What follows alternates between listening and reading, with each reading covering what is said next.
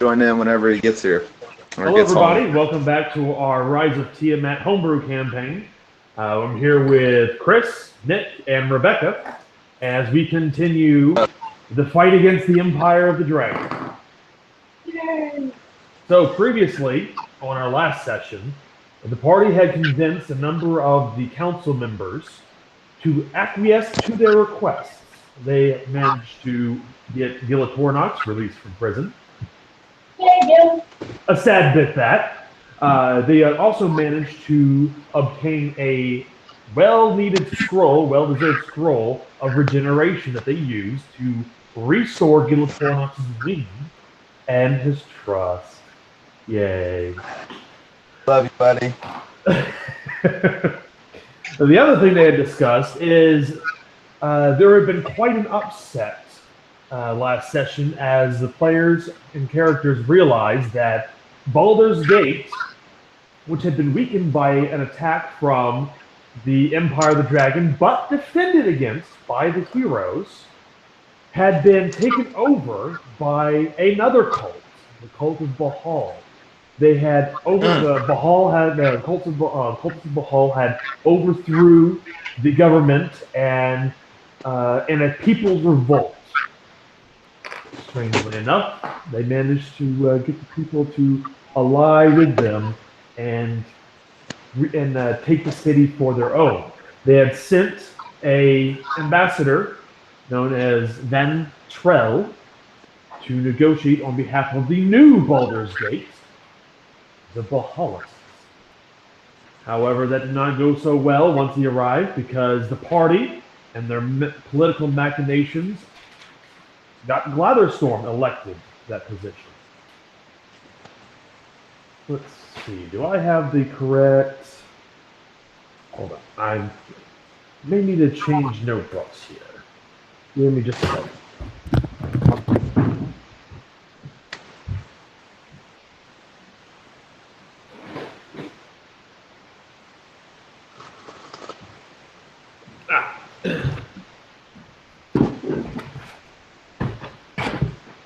Here we go. Much better. Here we go. Yes, Van Trell. And at the request of the players, the new leader that had replaced Ravengard as leader of Baldur's Gate is Orin Vader. Yes, Orin Vader. So you are all seated at the council. Glatherstorm is now seated in place for Baldur's Gate, with Van Trell shooting daggers from his eyes. Not literally, just figuratively. Just glaring at Glatherstorm. There are some minor business that come up before the one of the council members stands up and speaks. You recognize this one as Terran Thunderspell's Hornblade. He hails from, that he hails from Silvery Moon, which is a city that is well known for its magical proclivities. And rumor has it that Hornblade himself likes to partake in potions of longevity. So, although he appears young, he's in fact many, many decades old. Some even say centuries old. And he stands up and says, "Yes, there's an urgent matter that needs to come to the attention of the council. An opportunity has been presented that I believe will be very important in the coming battle." And he produces from his pocket a recording stone. Everybody make me an Arcana check.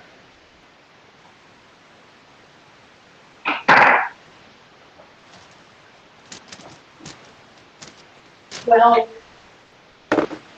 5. 5, huh? Yeah, 6. Ooh, magic!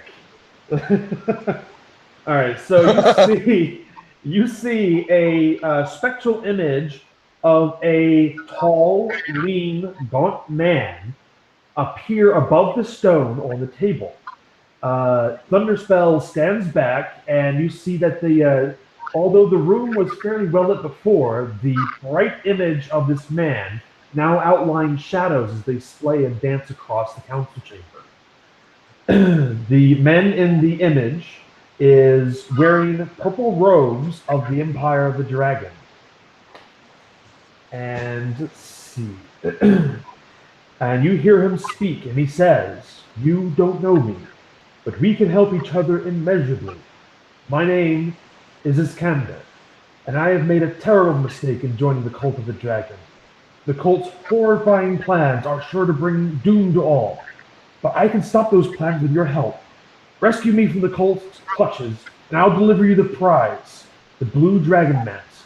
Without it, Severin faces an insurmountable setback in his effort to call Tiamat back to our world.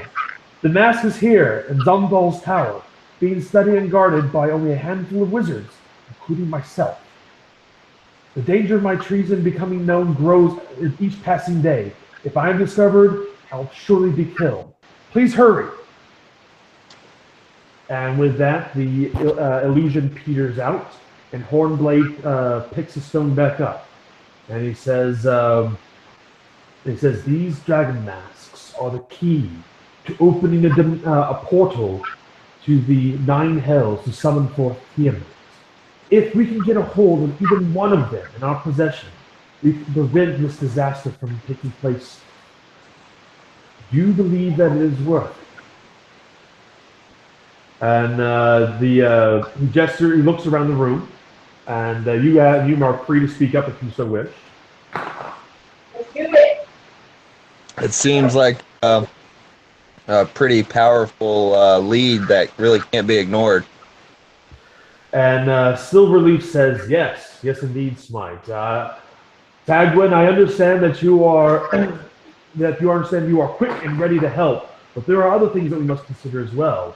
Our request to parley with the metallic dragons has yet gone unanswered. We have not been able to send an appropriate party out. The remnants had just recently come back from the Misty Forest, and you yourselves have just returned from what was it, the tomb of Deuterius, I understand, some kind of tomb in Yonti Enclave. That's what I've heard from the reports."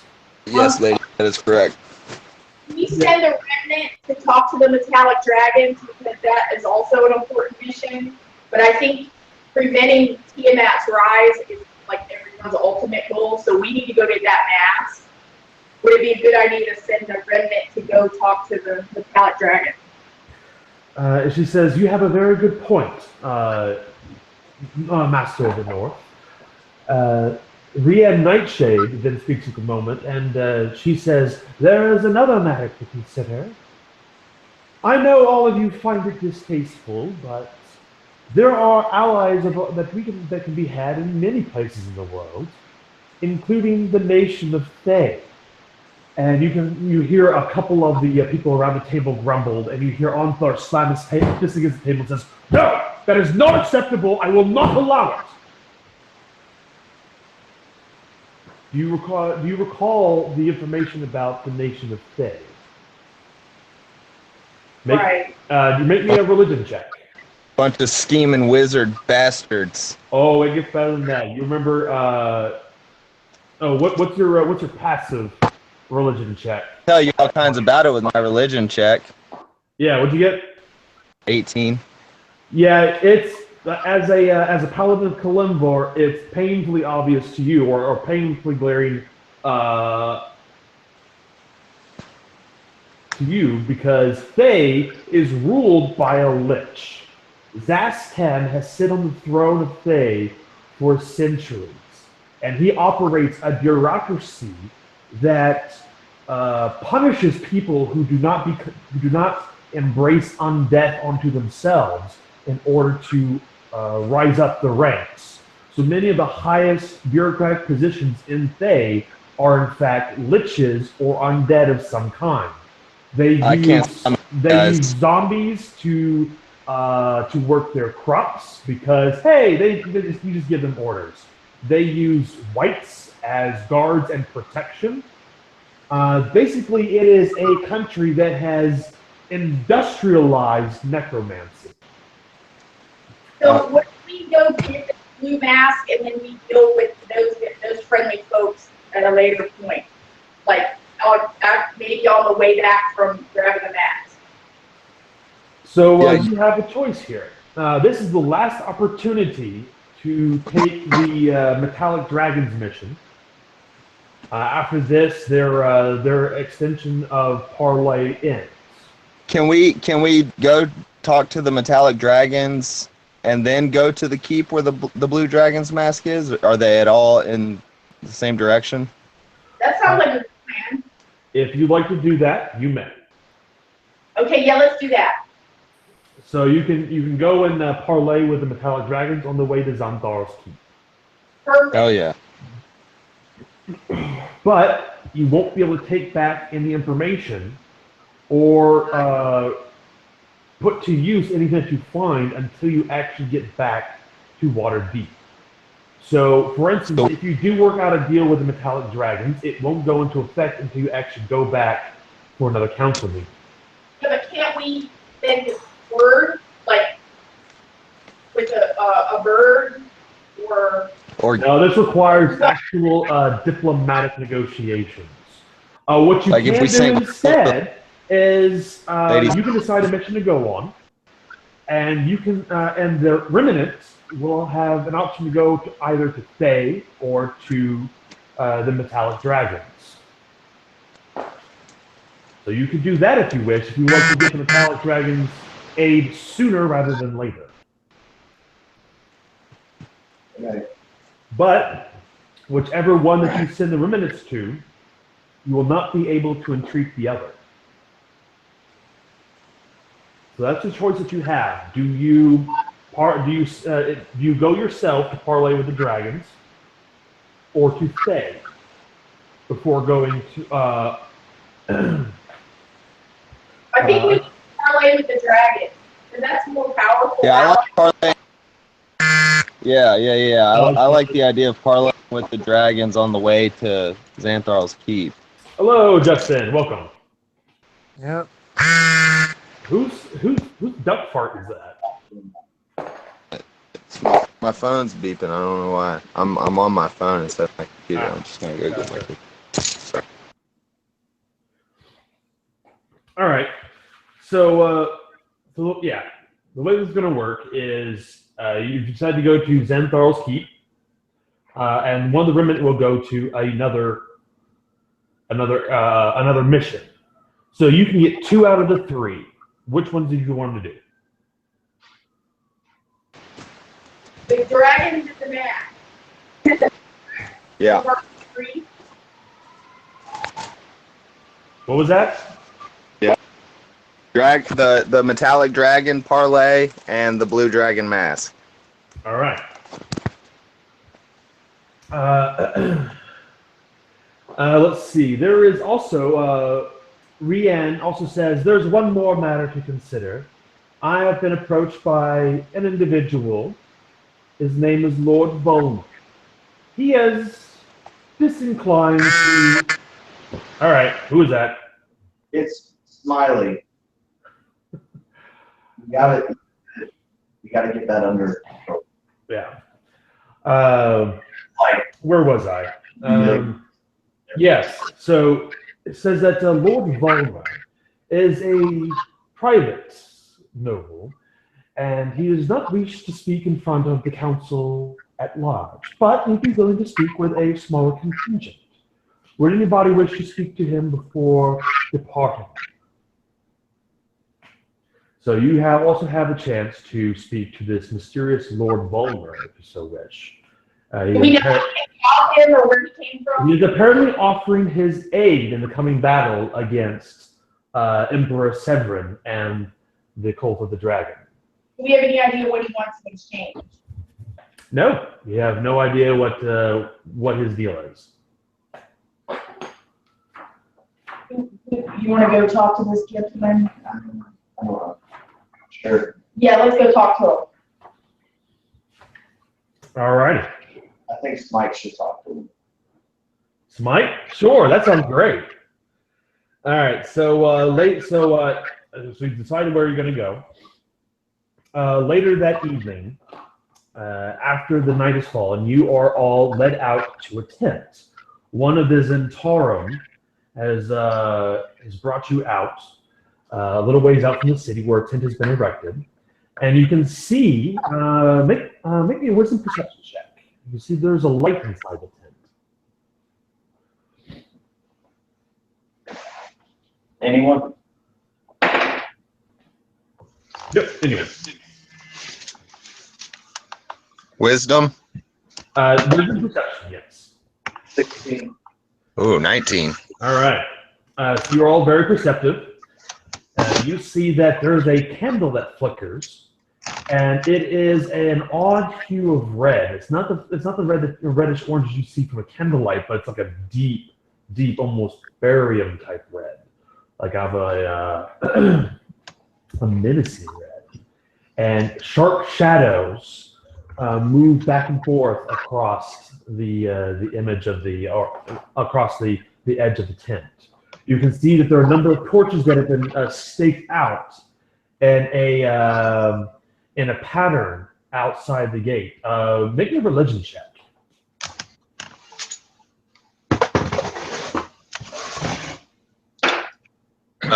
22. You can see that there are lines of dirt drawn between the torches, and it makes out a sigil that is commonly used by lords of the Nine Hells. And so you are brought into this area, and there are two robed attendants that step out, and there is a very tall, very gaunt figure, cloaked in robes, that steps out from the tent. He actually has to duck down underneath the edge of the tent and steps out. You can see that he is not wearing shoes, and there is a white, garish white, or a white pale foot, bony and clawed, that steps out from pacing underneath these robes. And he steps out to the circle, and you hear a rasping voice that says, greetings, I am Lord Volmer. And he pulls back the hood of his cloak, and in disgust you realize that he is a bone devil. Why have you summoned us here? He says, he kind of chuckles as that, summoned. Usually isn't that the thing that humans try? No, I did not summon you here. I invited you here. No, let's always down to business, Paladin. I know your kind. Strike first, deal later. Is there someone more open-minded that can parlay with me? Basically, he's dissing you, and he wants one of the others to speak. He's not going to speak to a paladin. Yeah, I felt that. I turned my back around on him, and I put my hand on the hilt of Hazaran. And you hear him behind you. He whispers, "Interesting choice of weapon for paladin." So who else is going to speak to Lord Volmer? Okay, so I'm gonna ask him. You want to speak with us? Let's get down to business. We have things that we need to take care of. What's your issue, and what can you offer us? Why do you have an issue with the cult of the? You feel a presence descend on your mind, and then it fleets away just as quickly as it comes. And he says, Tagwin of the North, you are very powerful indeed. Yes, you will do this.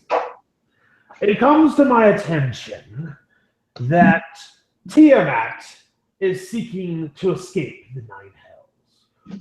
I should have you know that the way that power works in the Nine Hells is a very delicate and balanced matter. It would upset a great many powerful lords and ladies of the Nine Hells if she were to leave.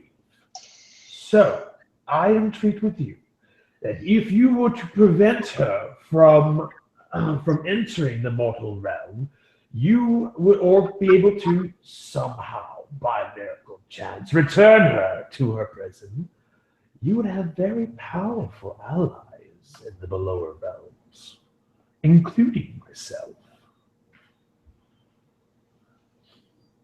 How do you feel about murder cults?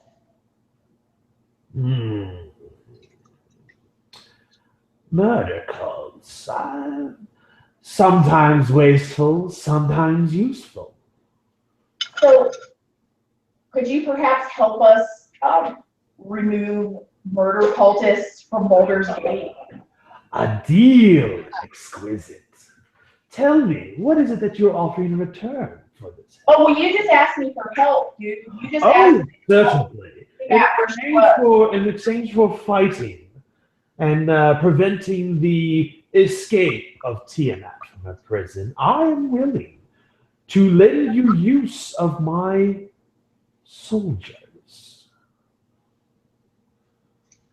in the final battle against her dread queenship. Okay, that sounds great. Because I think we have our goals are aligned. But you can't help me out with my problem at Boulder's Gate. He's basically going to strike a deal. In exchange, you can have his soldiers for the final battle. But it sounds like you want to make another deal. Is that true? Well, I just think he's asking us for a lot. Because if he wouldn't be asking us for help with Tiamat if he could handle it himself. So I think he's kind of like going outside of probably his standard work, if you will, from the Nine Hells. And are you going to tell him that? Yeah. Okay, well, the hell with that. Yeah, I think you're going outside you're really going outside of your comfort zone, asking us to help you keep Tiamat in her place or put her back. Oh, I think not. I know you. No relation. Smite, Glatherstorm, Tagwin. You're the heroes of Skyreach. You've slain many dragons. You are powerful indeed.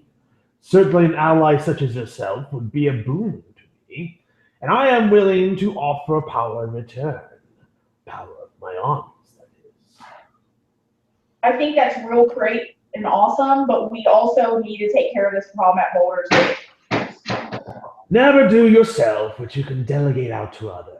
That's the first rule of business. Isn't that right, Zentarum?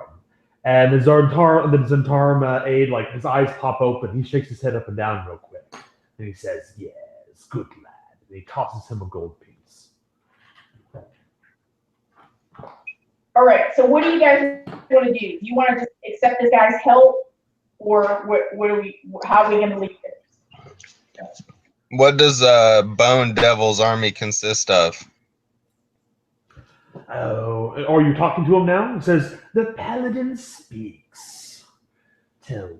I see you've decided to use words instead of your sword. Yeah, I'll turn around.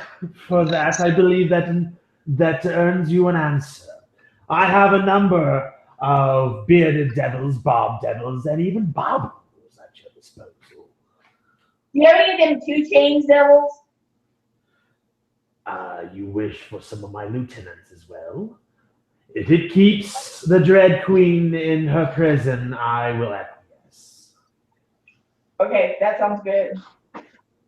Know this, that the Nine Hells is split on this matter. In fact, there is something of a Cold War going on down in the lower realms. Bahal is not an occupant of the lower realms of the Nine Hells. He is not a devil. You should know that, paladin.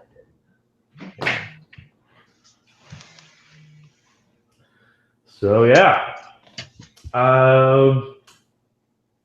Smite, you are a lawful neutral. You are a paladin. Make me a charisma saving throw. Actually, just a charisma check. Took away my +3 just like that. Yeah, I know you're a paladin. I know that's because this is not something that's being forced on you. I'm trying something new here. So just my charisma, no skills or anything to it? Yes. It's a 12. Okay, this doesn't sit well with you. and it bothers you immensely. To that effect, sometime during the session, whenever you roll a dice, I may roll my own dice and replace it. So it's kind of like inverse inspiration. Because you are going along with something that you are not comfortable doing. And so, for instance, I may add this in the future as well.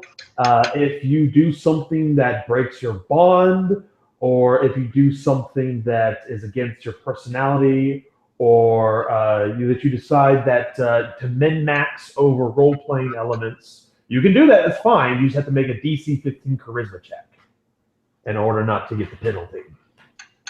Okay.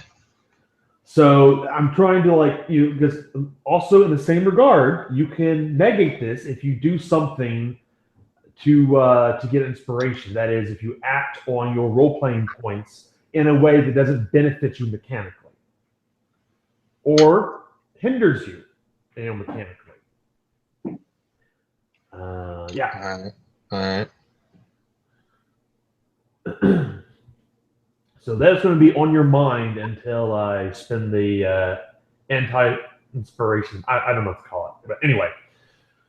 All right. So you're going to deal with the devils. Anti-spiration. Anti-spiration, yeah. Shit! Aren't home games fun? But it is a DC 15 check. So anytime in the future, if you get under a 15, yeah. I won't use them very often because they are context sensitive. All right.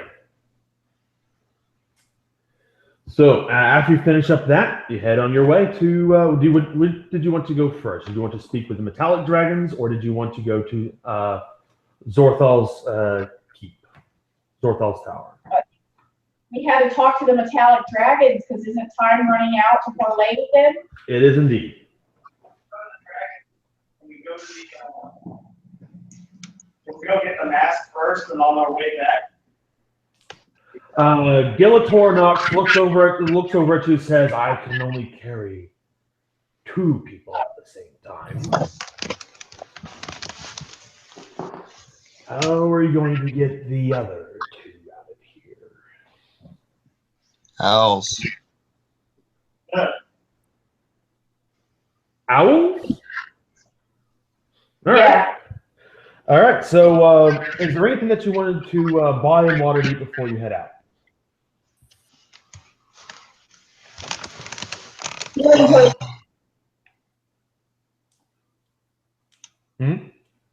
Good. All right. Potion. Yeah, you can buy potions if you like. Yes. Healing potion is 50 gold apiece. All right. Yeah, a bunch of them. So go ahead and write that down. The next day, you finish with council business, and you head out to the Nether Mountains, where the envoy of the metallic dragons is waiting to meet you and to take you to the negotiation. The council has sent a oh my god, this name, Antarla Karnos. That's all I'm gonna do. Antarlia Karnos, in the guise of a human woman that you'd seen before. She calls herself Elia when she is in her human form. She is a small human female with cropped short silver hair. So when you arrive, Gilatornox lands on the ground, and a pair of owls land beside him. They pop out of existence as no relation, and Tagwin leap to the ground. The Gladystorm and Smite, you slide off of Gilatornox, and Ella comes up and greets all of you. She's cautious at first, and she looks around to you. Which one of you steps forward? I'll go up up to her. All right, you step up, and she says, she leans in, looks at Gilma Tornox real close, and then she leans closer to her, and she says, "What is the meaning of this?" We're the heroes of Skyreach. We've been sent here from the council. This is Gil. He is our ally. With you? He's our ally and fierce fighting companion. He's on our side. Oh, Namira's not gonna like this, not at all. Anyway, come with me. And she escorts you into a valley. So what would you like to ask her as you're walking? She can tell you that there are, in fact, let's see. There are going to be 5 dragons at this council. 6 if you include Gilatoranox, who she informs you is not going to be a welcome sight here. Because he's a chromatic dragon. He is their sworn enemy. Metallic dragons are fashioned after the image of Bahamut, and chromatics after the image of Tiamat. What if me and Gil just kind of went on a little side quest while the rest of them negotiate with them? If you wanted to stay and keep Gil company, you could do that, yes. Yeah, Gil, let's you and a tabby cat find their way to go bullshit somewhere else. You can see his shoulders slump, and he says, "Yes, that'll be fun." You know I love you, right? Hop on. All right. And you fly off into the sunset where everything is beautiful. No. Anyway, going down the valley, Ilya explains that there are 5 dragons. There is Prothander, Iluthiar, herself, Nimithyor, and Tasmakella. Yes, these are these are as crazy spelled as their name. So Prothander is a gold dragon. Ithulia, Prothander, yes. Ithulia is a brass dragon. Herself, she is Ilya is a silver dragon. Nemur is a bronze dragon. And Tasmekelia is a copper dragon. So you have a copper, a bronze, a silver, a brass, and a gold. One of each of the metallic dragon kinds. So just as there are 5 chromatic races, there are 5 metallic races of dragons.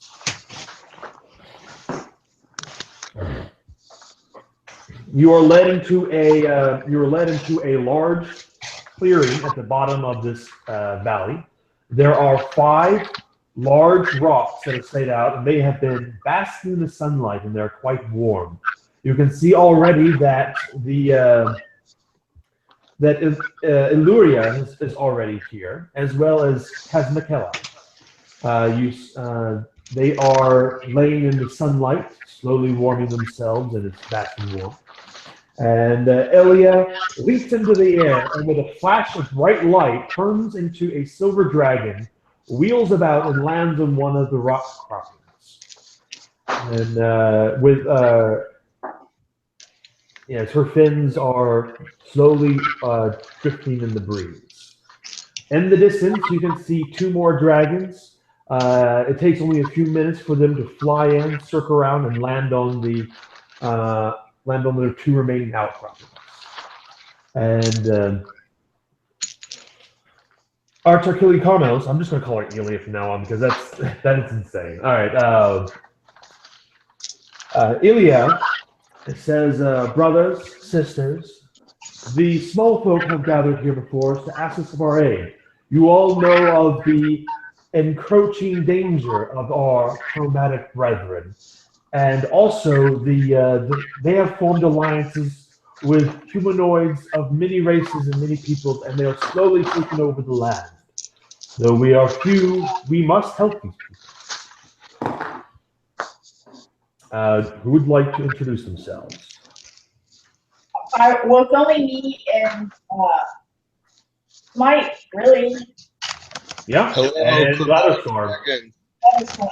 So Justin, you're here too. Yeah. So I step forward and I say, hello, we are sent here. We're the heroes of Skyreach. We're sent here. We have a similar goal to get rid of these cultists. They're really tearing up the land and creating unrest and chaos. And we don't want this Tiamat to become realized and come here and just destroy the world. So we need your help. Prothander, easily the oldest among them, he leans down with his giant head, cocks a molten gold eye at the three of you, and sizes you up. He says, dealing with the small folk is a very difficult matter.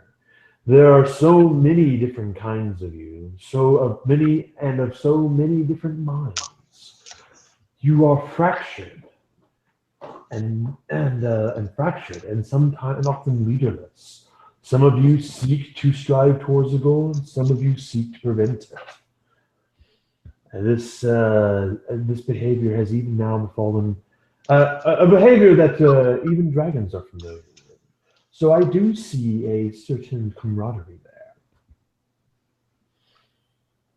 Well, our adventuring group, we're the heroes of Skyreach Castle. We're all from different backgrounds and different experience, but we can all work together for a common goal. So, all right, roll me a charisma check. Okay.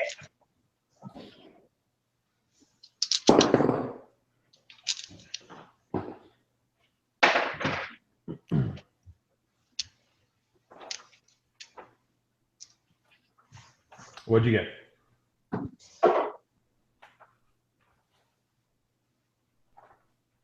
13. Okay. Good. So I now have a order of initiative. First to speak up after that is going to be Namur. He says, don't worry, brethren. I have worked with the small folk for many a year, and and we, being made in the image of Bahamut, must strive towards this calling of good to fight off our evil brethren. And after that, Tamikela speaks up, and she glances down at you, Tagwin, and she kind of squints her eyes real hard, and she says, "Where did you come across those braces, child?" Well, you know how you have some problems with your chromatic dragon brethren? They sometimes aren't so friendly. How well we know. We had a sort of a disagreement with someone. And okay, go ahead. That's how I came across these. A disagreement. Did it end in bloodshed? Doesn't it always end in bloodshed when you're dealing with a barbarian from the north? Is that where it went to?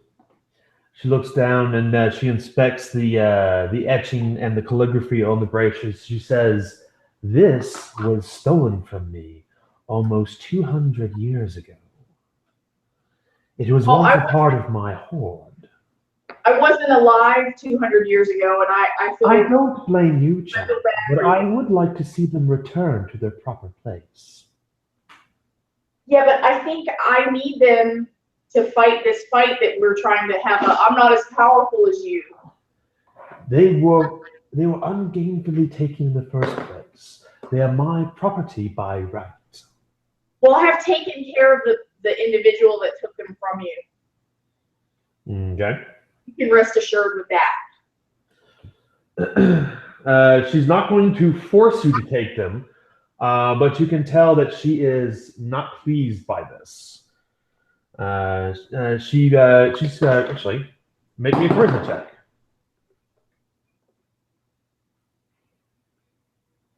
I'm -1 that. What's that?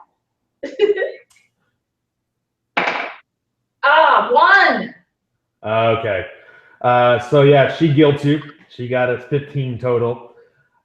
She says, they once were fashioned for me by a human lover of mine. His name was Elisando. He was quite gentle, and he said that they went great. He said that they fit perfectly for my wrists. He's been dead nearly 120 years now. He lived very long ago, and the braces are the last thing I have left of him. You're a dragon.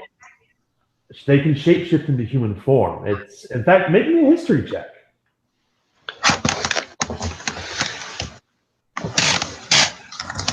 Or perhaps a wisdom insight check would be also be worthwhile.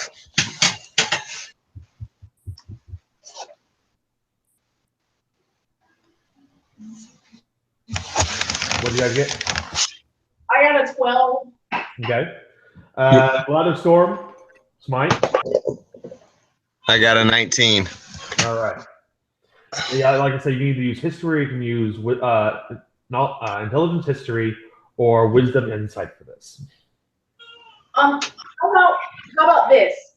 Can I just borrow them for the ensuing fight, and then when we've vanquished Tiamat, I will gladly return them to you. They're being put to good use. She says, very well. I have your word, barbarian. I understand that a person's honor and their word is taken very seriously in the Northern Realms. You know this to be true. I will return them after we vanquish Tiamat. All right. Yeah, you seem to have improved Tizmikella's mood. Let's see.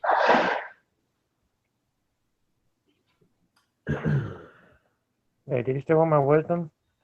Yeah. You can give it to me. Well, I got a 16 on the die, and my modifier is 6, so Yeah.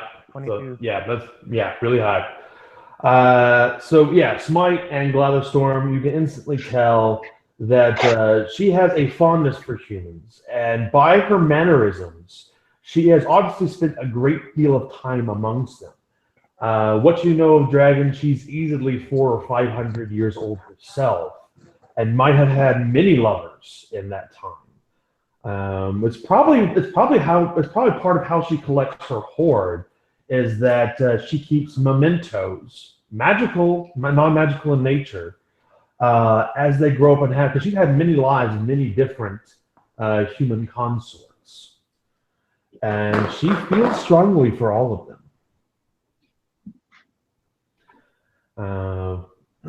So that's what you get from Tizmikella. Let's see. Sounds a little emotional. Well, she is 400 years old, at least. Emotional, probably, but also very well tempered. Prothander speaks up again, and he says, I understand that King Melendrak is a member of this council, is he not? Yes. Oh, I'm not there. You're not there. He is. He is. Before I agree to anything, I demand a personal and public apology for his involvement in the Draco Rage Mithril. That sounds like something between you and him. I take this as a personal mission of your diplomatic prowess. I have been unable to get him to confess such thing. His pride stands in the way. But if you can show me that you can either coerce or coax it out of him. I shall place my faith in you. Okay, maybe this is out of game, but didn't these metallic dragons want us to come and talk to them? And it seems like we're coming and they have all these demands, whereas we're not. Oh yeah, they're dragons, all right. I don't think what you know about dragons? This is completely a part of their nature. but we just want to. The gripe was, We want to do what we came to do, and we don't have time to have all these like little bitch tasks. It's not our fault you came so late. We sent envoy many weeks ago. Well, when we get back, I mean, we can definitely relay your message, but we don't control King Melanax.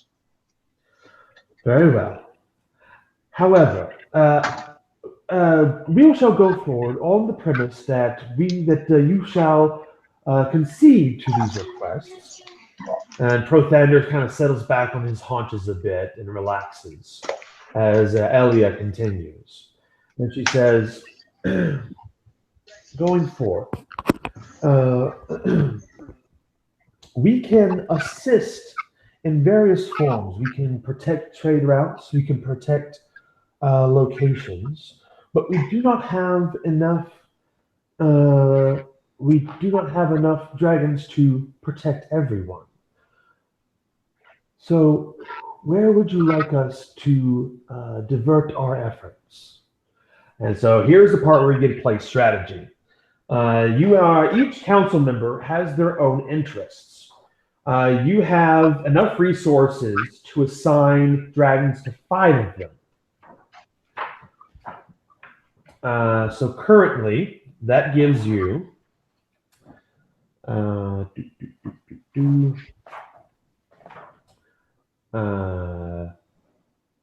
Lady Silverhand at Waterdeep, Ambassador Brawnanvil at Citadel Adbar, Glatherstorm for the New Bohalis government and Baldur's Gate, King Melendrak of the Misty Forests, Thunderspell's Hornblade of Silvery Moon, Sir Istoval from Cormair, and Rianne Nightshade of the Zentarum Guild.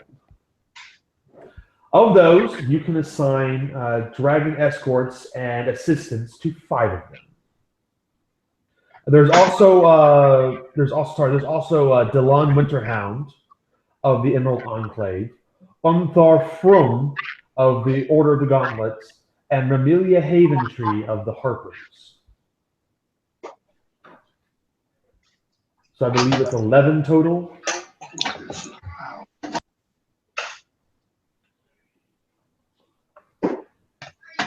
So that's what we can do with the metallic dragons is they can provide personal escort to some council members. Well, not just the council members themselves, but the dragons will be directed by those council members for their purposes.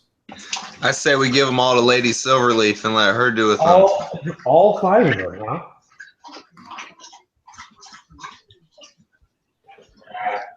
No, I think we need to have kind of spread it out a little bit.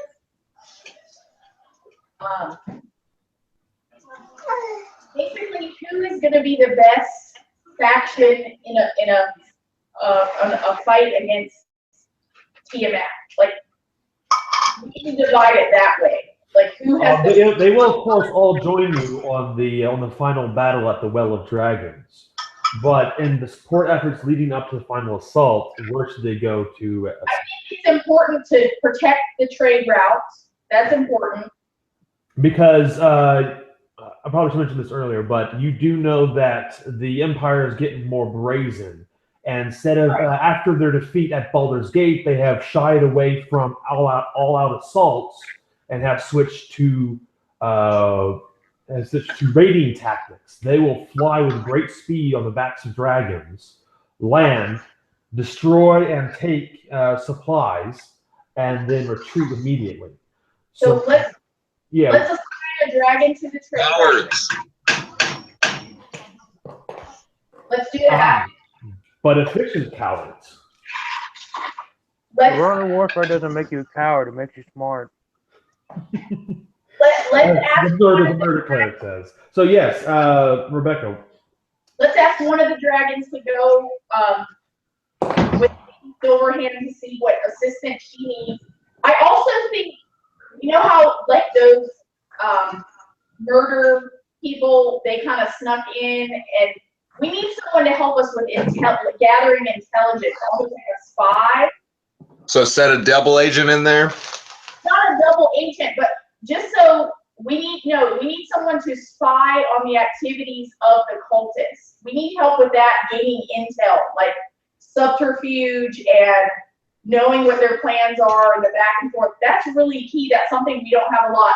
We kind of are always on the defense where we're waiting until something happens. Whereas if we maybe have some more intelligence and can make a preemptive strike. Mm-hmm. Very true. So we need to do that. So that's three dragon. What should we do with the other two? Any thoughts? Okay, so I'm going to write this down. You're going to send the dragons to which faction first? Lady Silverleaf. All right, Lady Silverleaf, so she'll get draconic support. One on the trade route. Trade routes. So you want to spread them out? Is that the plan? To spread them out over trade routes? Let's see. Who would? Yeah, you can do that if you want. Maybe one for like spying on the cult and passing information, and just any information that we can find to help us in our fight. All right, send one. Okay, so protect trade routes.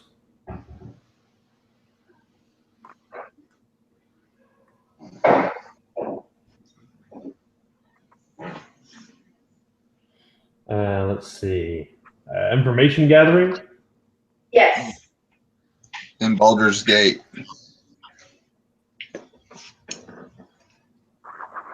Sure we shouldn't just send him as a double agent? No, that's like dramatic.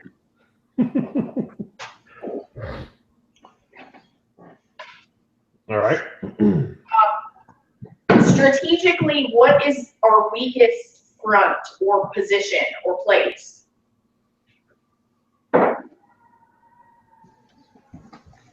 Oh no. I think Unthar, Order of the Gauntlet might be able to do good with one. And Leo's. True. Yeah, let's do that. Technically, they all could. They could all put the dragons to good use. And what they'll do is by assigning them to a lord or lady or a particular faction, for those that only have one representative from their faction, you can basically put the dragons into their hands, and they can. So for information gathering, that's probably going to be going to Elosin. Okay, so Leosin, and then Unthar. To the Harpers. And so Unthar gets one. And the Gauntlet.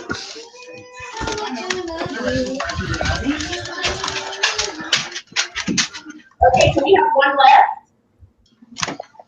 Yeah, you got one left. What about our friends? The guy that wants an apology. That had a cane? Supposed to give an apology. Sir Istival, yes. Oh no, Melindrak. Yeah. No, he's a fool. We would rather give him to his sons, the smart ones. Can we give one to his son? Yeah. Because he helps out with guilt. Yeah, his pride has been a problem, has been another obstacle because Prothander, the gold dragon, is basically fed up with King Melindrak. Make me a history check. So why don't we send that one to his son so he can settle his score personally?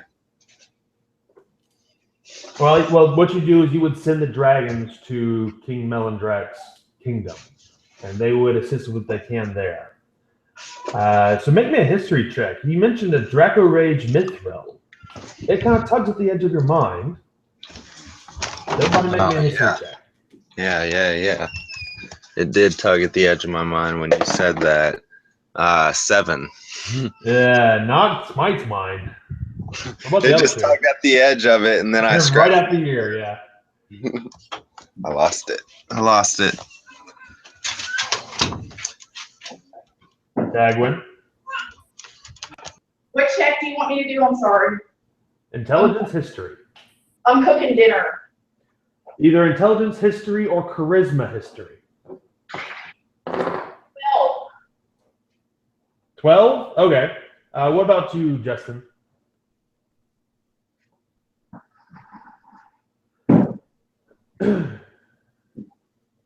Same. 12. Okay.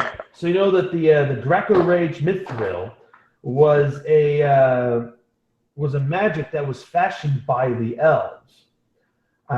Dragons live much longer lives than many of the humanoids, and that the Draco Rage Mithril had caused many dragons across Faerun to go mad with rage. And they were magically forced to do it by the elves. It was part of their magical experimentation, and they were reckless with their arts, and it affected the dragons deeply. In fact, part of the ill reputation that many of the chromatics have across Faerun now is a result of the elves. Which is why Prothander is in such a huff about getting an apology out of King Melindrak. And Melindrak has been adamant that it was unintentional and that there's no call for an apology. So yeah, Melindrak being a bastard again.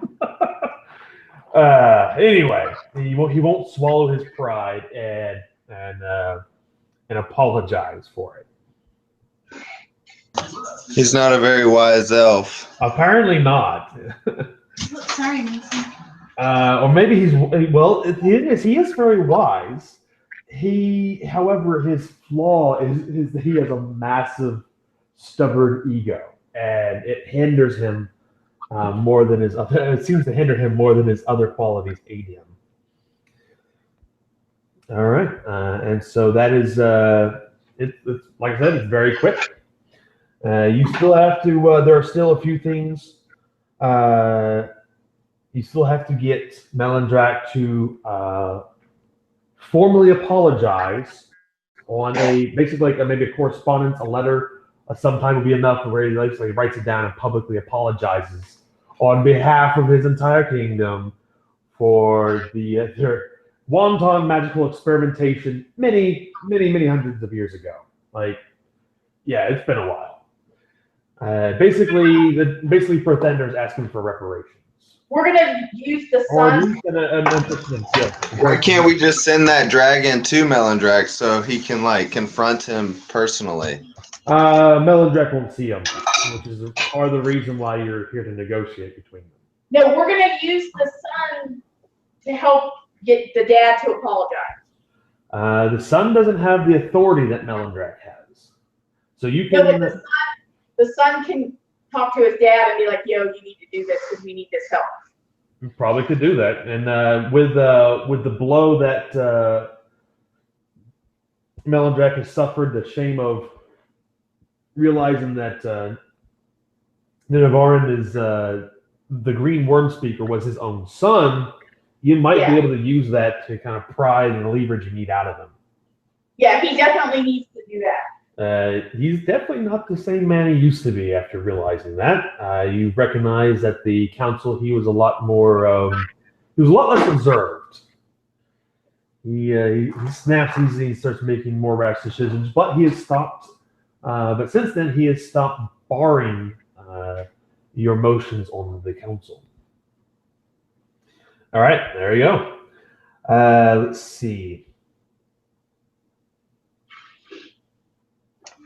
Plus, we're like pretty much responsible for getting his son returned to him. Yeah, so Elia escorts you guys back out of the. Let's see.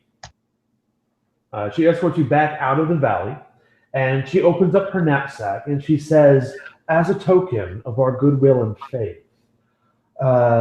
Tezmikala has agreed to extend ownership of the bracers to you, Tagwin, until the conclusion of this matter.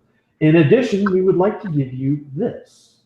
And she she opens the bag, and turns out it's a bag of holding. As she hoists a great battle axe out of this bag, just like pulls it in from in, and pulls this like 6-foot long battle axe. Sorry, not battle axe, but great axe out of it. Oh, damn. And Great she says that this is Serpent's-Bane. What was that? And it is a +2 great axe. Oh, damn. Dragon Slayer great axe. So it deals an extra 2d6 damage when attacking or when dealing damage to anything with the dragon type. We need that. Say it again. What? I'm writing this down. Say it. A few minutes ago. It is a +2 great axe with the Dragon Slayer feature. So that means that whenever you deal damage to a dragon type creature, that would be a dragon, that would be a wyvern, anything that has the dragon type, you deal an extra 2d6 damage to it. Awesome. It is a +2 great axe, so that is a +2 to damage and +2 to your attack rolls. Yep, now you put it out. Do you have to attune to it? Let's see. No, it is not an attunement item. Yay! So you can hand it out to who you wish. +2 to damage and attack. I love it. Yep, it is a tier 3 weapon. If there That's is. perfect for no relation. It's a battle. It's not a battle axe. It's a great axe. It's a two-handed weapon. So. Should we go pick out a story for you?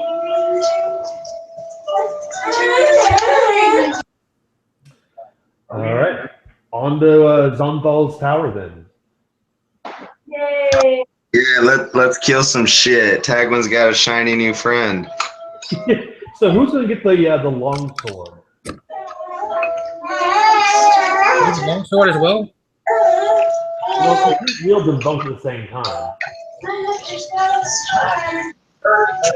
Yes, it's a great sword. No one else can really use that. Huh? Can anybody use a long sword besides me? It's a great sword. I can use long swords. But No. The sword that Tagwin has is a great sword. Sorry, it's a long sword. I keep getting that mixed up, but it is a long sword. So just to be clear, one weapon was pulled out, right? I'll take it. Yeah, I only have one weapon. It is a +2 dragon slaying great axe. Yes. The sword that Tagwin currently has is a +1 longsword. It was recovered from the horde of Glazhiel, if you recall. Right. I don't think anyone else can use those weapons except. I can use a long sword. All right. Well, I'll give Payne the long sword that I have. I'll give it to no relation. All right. No relation and Gilatoronauts. So you fly back in and land, and you cast another conjure animal spell, and you're off again. Okay.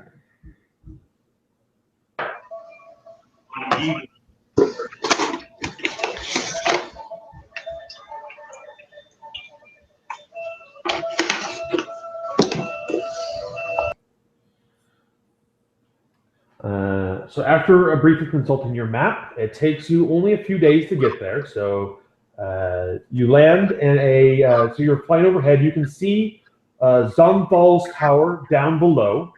It is rather short building. It is maybe about 100 feet tall. It used to be much taller, but you see that the top half of it has broken off and crumbled and lays in ruins around the base of this tower. And it has almost a Mayan pyramid shaped structure to it. The base of it has a single staircase that leads up to a door, and then it has an almost obelisk structure on top of this base pedestal. Surrounding Zamthal's tower is a massive maze.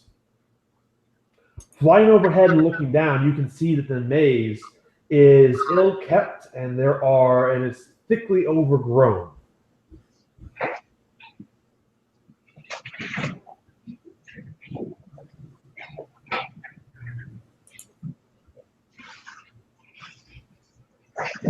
What do you do?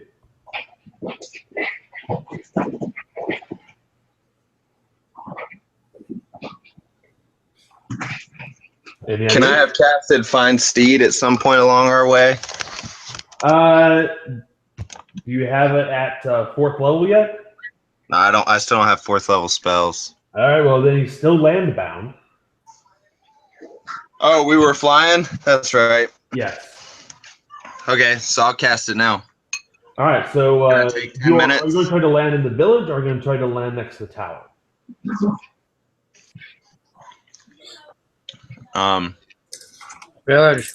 Village, yeah. All right. So you land in the village. You can see that is a rather small agricultural village. When you walk into town, many of the villagers there greet you warmly enough. They kind of glance. They look at. But before you head in, let's see. Did I have it on here?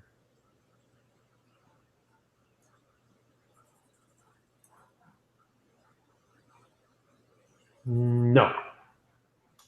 So you walk into town, and you can see that many of you are getting strange looks because Gilatornox is slowly strutting in behind you as you make your way through the city street or through the village streets. People back out of the way, as far away from you that they can get, to let you pass through the streets. Where do you wish to go here? You can see that there is a tavern up ahead. That's mad respect, yo. He's a young black dragon. They're not going to mess with that. There are a bunch of well-armed, well-equipped adventurers just walking around him. As far as they know, you're with the Empire of Dragon. They do not want to get involved with that.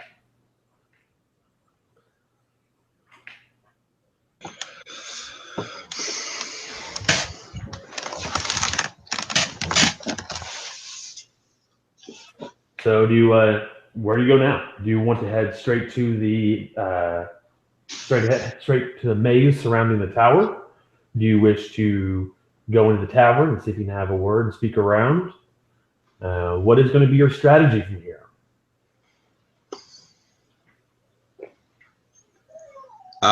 Maybe we should just kind of talk to some people, just get a feel for what's going on. Okay. You start making your way for the tavern. You can see that one of the villagers runs inside the tavern. And when you follow in after him, you can see that he whispers excitedly to the bartender.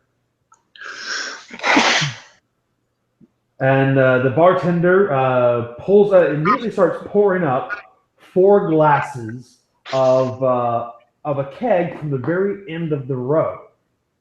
And you can see that the beer is dark and rich and frothy. And he sets it down and he says, only the best for my masters. You know that to be true.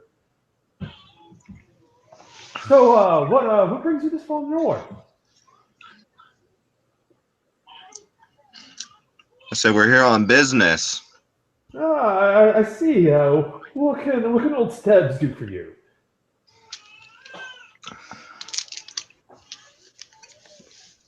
How are things up in the tower? The tower? The keep. Oh, that thing over there. Yeah. Well, he kind of looks around. You see that he looks around nervously. He's like, we don't really talk about it. You know, it's been kind of a old Zenthal disappeared a long time now. But strange things happen over the tower. You know wizards folk. They never get in that. They get into all kinds of trouble. Every now and then we hear some odd shrieks coming from that place. Most good folk around here, stay away from it. We totally haven't touched it. Whatever you're looking for there, we haven't done anything to it. I swear, I promise. How often do you see Empire of the Dragon soldiers in these parts? Only yourselves, good masters.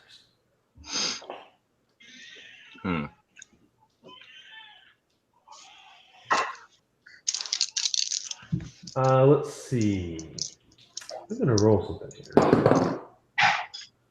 And you can see that he stops shaking a little bit. And he says, wait a second. You're not from the Empire, are you? No! You're the heroes of Skyreach! Hey, everybody! It's the heroes of Skyreach! And Hey, people, man, try to keep it down. Huh? Oh, yeah. He says, so, what are you guys doing here? Just, hey, come on, act cool, be cool. Let's have a drink here. And we drink. Certainly. It's a good thing I brought out the best, huh? And he goes ahead and he refills your beer. Would that be Gillet Tornox out there by any chance? You know it. Oh, hold on. And so he says, boy, get over here. And he says, fetch the bathtub, fill it with beer.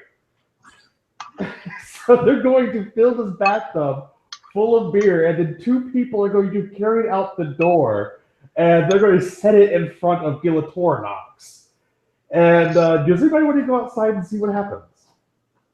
I'll go. Yeah. So you go out there, and you can see them set this big bathtub full of beer down in front of this black dragon. And you see he arches his eyebrow at them, and they back away slowly. Like, they know the temperament of black dragons, and even know that Gilatornox has something of an oddity amongst his kind, seeing as how he was raised by you guys. So I took my beer out with me, and I look at Gil and I say, they gave us all free beer, and that's yours. Cheers. Do you drink your beer? I drink it. Does anybody else drink their beer in front of him? Yeah, I guess I do. He kind of looks around. He picks the bathtub up with one claw, and I swear this is a 55-gallon bathtub that he picks up with one claw, and he gloop, gloop, gloop, gloop, and sets it back down in the mud of the ground, empty. Right. It was refreshing. So yeah, he drank 55 gallons of beer at once. Oh yeah. Yeah. Anyway, what are we doing here? How you feeling, buddy? Well,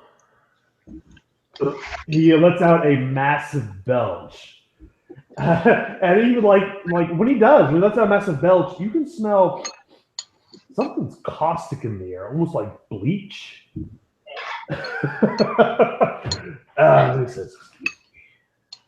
It's mustard gas.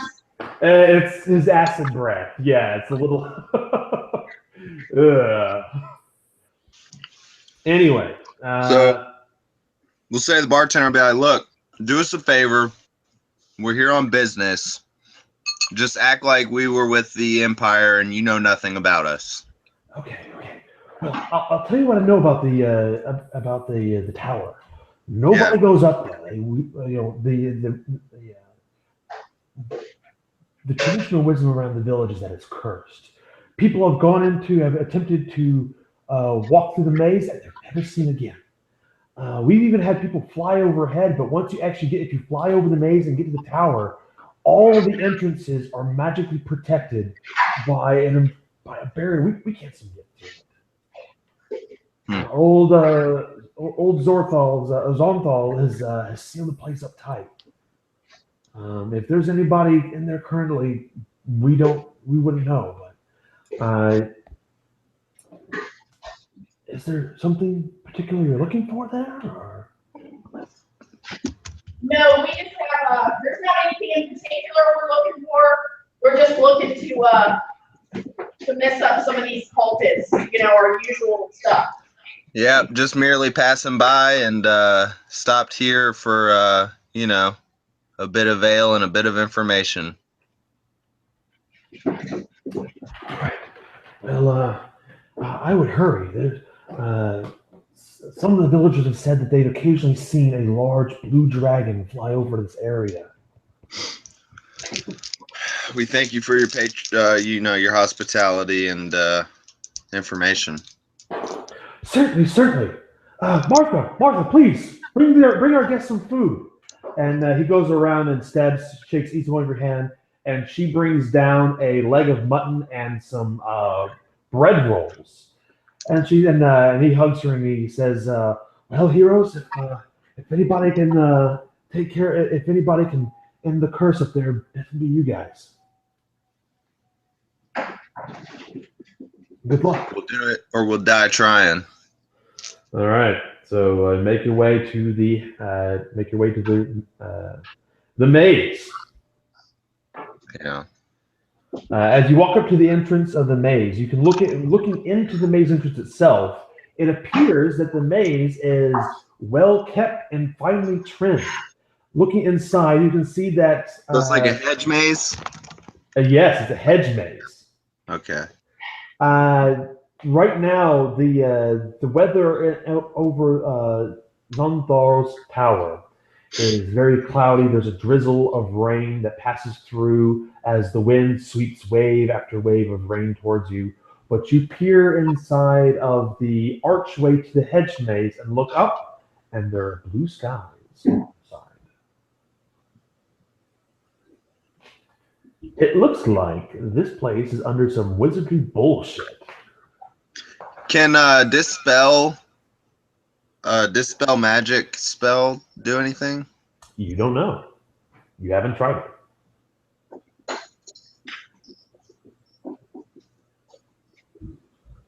All right. Are you telling me that you're casting dispel magic?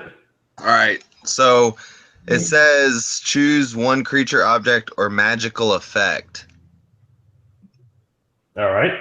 So can I, with Hazron, first detect magic? Yes, you can detect that the entire that ahead of you is an entire bubble of transmutation and illusion magic. The maze itself, including and all the way up to the tower, magical fields protect the tower itself. It appears. Make an Arcana check. That you can see this magic now. All right. Oh man, that's a 4. All right. It's magic. Yeah. That's magic. You guess it's magic. Can I relay that to my companions and see if they know anything more about it? Like tell them what I see exactly. Yes, but doing so will you can do that, and they can roll at disadvantage because they don't see it for themselves. So we're rolling Arcana. Yes. So Glather Storm, No Relation, and Tagwin, you can roll Arcana for them at disadvantage. That's horrible. 5. Shiny. Roll that disadvantage. No Relation got a 3. Damn it. You guys All right. All right. So what are magics? So yeah. When you while you're standing here, you see a figure dart out onto the balcony over the staircase leading into the tower. He looks somewhat familiar. And you see him wave, and you hear him shout, "They saw you fly over the village! I've taken the mask, but they realize it's missing within minutes! Look for me beneath the tower! It's your only chance. It's the only chance I have to hide. This key is that will let you teleport into the dungeon." And you see he raises up some kind of object. Everybody make me a wisdom perception check. Oh, what are you? Wisdom. 14. 20. 20. 20, not natural. All right. 22. All right. So some rain falls into Smite's eyes, but the rest of you can see an hourglass glittering in his hands. So it appears that it'd be filled with maybe diamonds or something. Yeah. So he has an hourglass in his hands. He says, "I will leave it behind after I use it, but others may find it before you do." Just as he says this, you can see a bolt of fire shoot past him. He spins around as three figures approach him from the entrance of the balcony. You hear a crack of thunder as you see they're all pushed down, and one of them stands back up, leaps at Iskander, and Iskander throws him over, or stabs him and throws him over the edge of the balcony before running back into the tower. Damn. So, yeah, it appears that they have discovered his treachery. Can we Misty Step up there, or is that out of range? Oh, that is definitely out of range. The Misty Step is only 30 feet. All right, let's go. All right, you all step into the hedge maze. Here we go.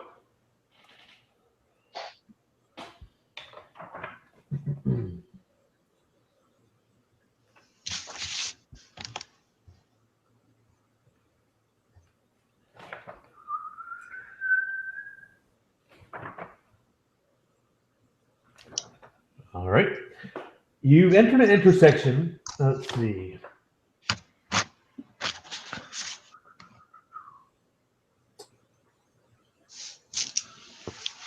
One of me speaks the truth, and one of me lies. You've listened to that one, haven't you?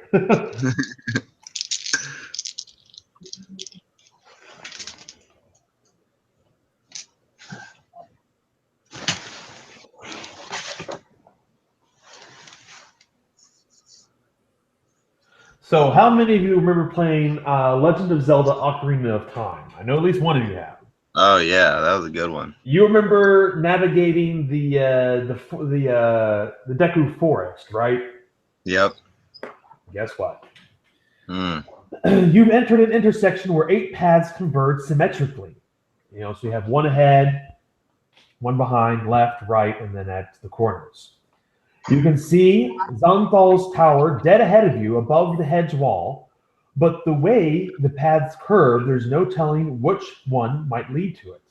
You see that in the middle of this clearing, in the middle of this almost like a foyer of sorts, there is a sundial that stands in the center of the intersection. The shadow from its gnomon pointing straight towards the tower, which is highly odd because the sun isn't behind you. Your shadows point in the proper direction, only the sundial shadow points ahead.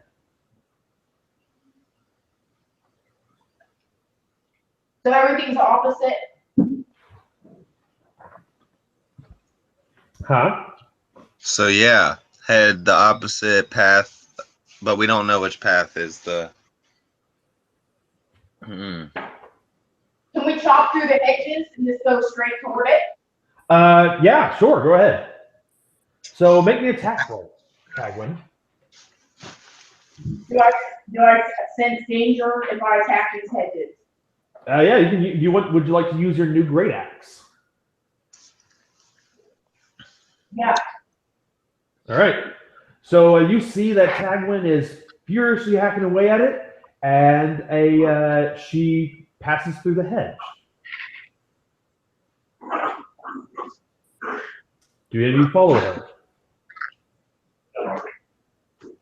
You don't want to go straight to our goal. Tagwin, when you come out to the other side of the hedge, you stumble out, and you are back in the village again. I'm back in the village. Yep. So, what's the range on?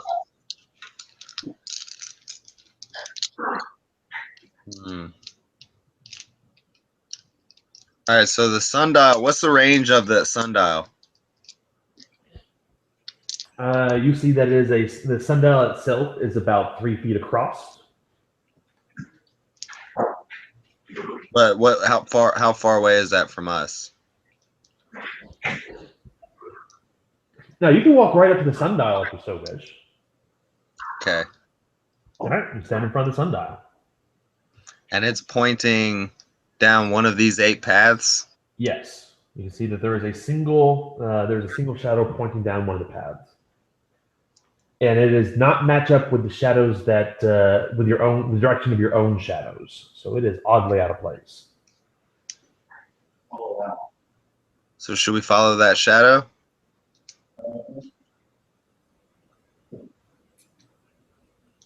Yep. Okay. I run up, I'm all out of breath. Wait, guys, don't leave me. Yeah, so she comes running up back behind you. Like, Bottom. So what do you say as you step back into the maze? I'm tired of all these fucking magic pictures. I knew there was magic about. Wizardy bullshit. What? So let's follow the path that the sundial is pointing down. Mhm. Okay, so you head down the path.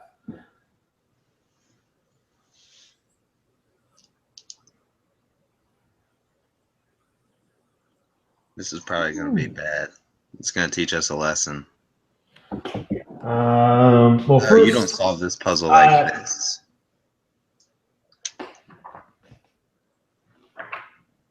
Okay, entering. All right, so the first thing I've got to do is figure out how the heck they sorted this thing out. Mm.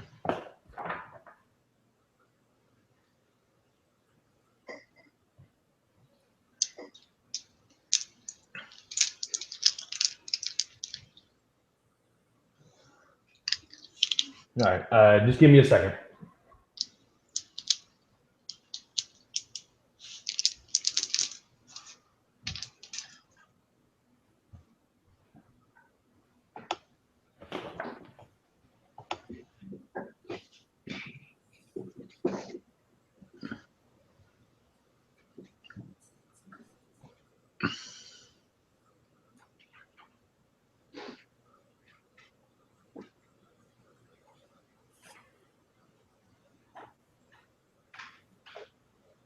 Okay, I guess I'll just roll with it.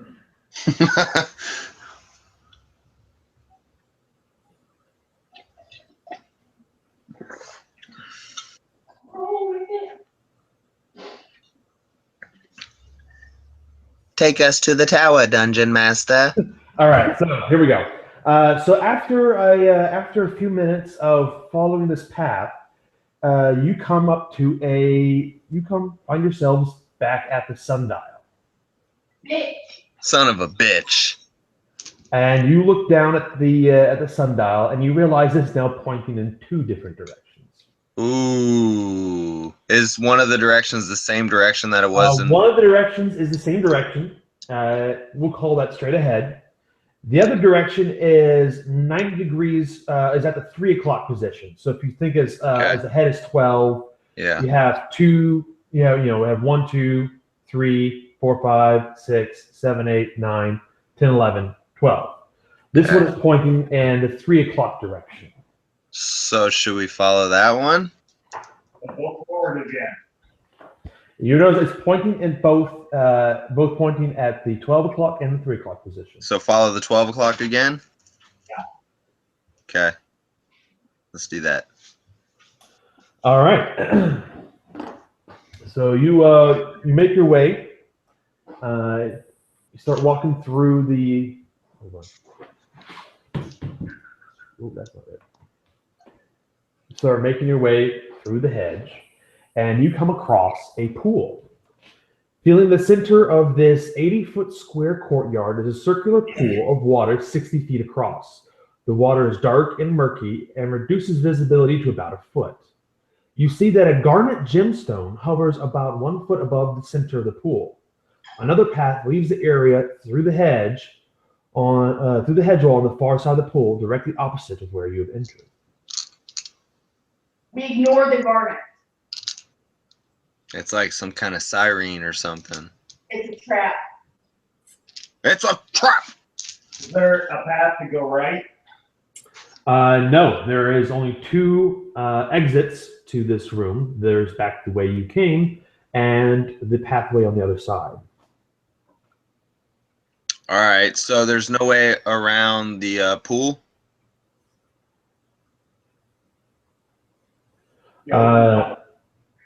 Okay, yeah. So you see, yeah, there are pathways around the pool, but they both are laid in very sharp cut brick. Yeah, we're not here for garnets. Okay, yeah, let's take the path around the pool to exit to the other side. All right, you walk through there. Unless someone wants to shoot an arrow at that garnet or something. Would you? Sure. Gil Tornock says, Yeah, don't do it. Don't do it. Let's roll. but my entire horde was taken when those imbeciles. Yeah, killed you off probably my could head. use some treasure, couldn't you? Yeah. Huh? This whole place is an illusion, and that is not real. You're only going to hinder our travel. Oh, that's true. This is an illusion. Okay, It's magic. can I use detect magic again on that garnet? Yes. You are blinded by the sheer amount of magical energy surrounding you. You turn it off. It's so bright. Ah! Yeah, no, it's not going to help you here. Okay. All right. Are you moving on, or are you going to dangle with the? No, we'll move on. The water. I should point out that there's a circular pool of water 60 feet across, and there is a garnet gemstone that hovers 1 foot above the center of the pool. So it's at least the gemstone itself is at least 30 feet in. Yeah, we're not gonna deal with that. All right. So you guys walk through the other entrance. After about a minute or so, you see that there is another clearing up ahead. You step into it, and you see, filling the center of this 80-foot square courtyard is a circular pool of water 60 feet across. There is a gemstone hovering above the pool. Son of a biscuit. Is it a garnet? It is a garnet. Somebody shoot that thing with an arrow. No. Well, it's we just went through the only exit, so do we go back the way we came? Yeah, you go back the way you came. You go back the way you came? Yeah, we're gonna have to. You have to go back to the front. All right. You spend about 3 minutes. This path seemed shorter last time, but you finally make your way back through it, and you find that there is a pool 60 feet wide with a garnet suspended over the middle of it. Gil, go get that. No, don't do it. Don't do it. All right, I'm going to shoot it. Shoot it. I crit it. Okay, so the arrow flies through the air and then knocks the garnet out from under the pool, out from over the pool. Okay, can we walk past it now? Do you want to try to walk past, go back the direction you came from, or ahead? We want to move ahead, but we don't care about this garnet. We just want to go to our task at hand. All right. So you move through. So you head into the archway back towards the sundial. area, and it takes you about a minute to get through. And then you see clearing up ahead. You turn the corner, and you see that there is a garnet on the ground in front of a 60-foot wide pool of water.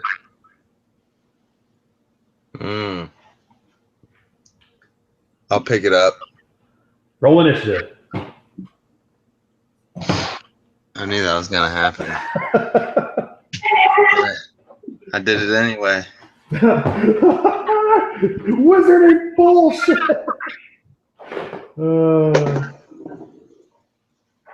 Oh, I got a good initiative though. Get ready. 20. 20. Good. That's not that good.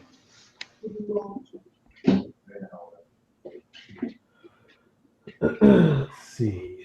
No relation got an 11. All right. 11. Very good. So no relation got an 11. Glather got an 11. Let's see. What did Gillitornos get? He's got an 18 on the dice for 20. Oh wow.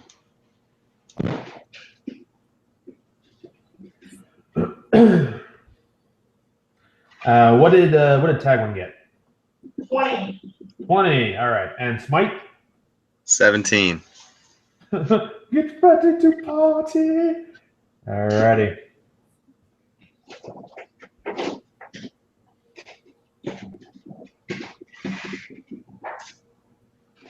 Finally, I'll get the turn. Yes.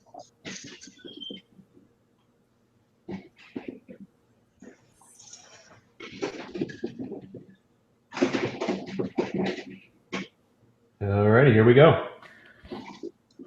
Let's see. Tagwin, it is your turn. Can I like throw the garnet up for her like a softball and she just hits it with the great axe? Yeah, you can hit it. Try hitting it with the great axe. So we have to fight the garment. Because we know the garment is magic. So it does make sense for us to try to get it. Because it's going to hurt us. Get it. Touched it yet. You haven't, the only person that's picked it up is Smite. And when you pick it up, it just feels warm to the touch. Okay, so if Smite has it, let's just keep going. He put it in his pocket. You hear a bubbling coming from the pool now. Oh, okay. Do you run towards the entrance, or do you run back towards the way you came? Or do you run across the pool to the other side? I'm gonna run across the pool to the other side. All right. Yeah. It means it's the area is 60 feet. It's 60 feet on a square, or 60 feet on 80 feet on the side. The pool is 60 feet in diameter. So you got to run around it. You won't be able to make it all the way around on this turn. Okay. All right. So Tagwin. Well, actually, Tagwin might if you dash. I'm going to dash to get around it. All right. So you start sprinting around at the edge of this pool, and you see the bubbles subside. Next up, Gil is Gil. He looks around back and forth. He says, "I don't like this," and he peers into the water. And says, "There's something down there," and he is going to. You see him like start crouching and like start swinging his tail back and forth. He's not look comfortable. Smite, your turn. I'm gonna cast Dispel Magic on the garnet. It flickers, and then it reappears in your hand.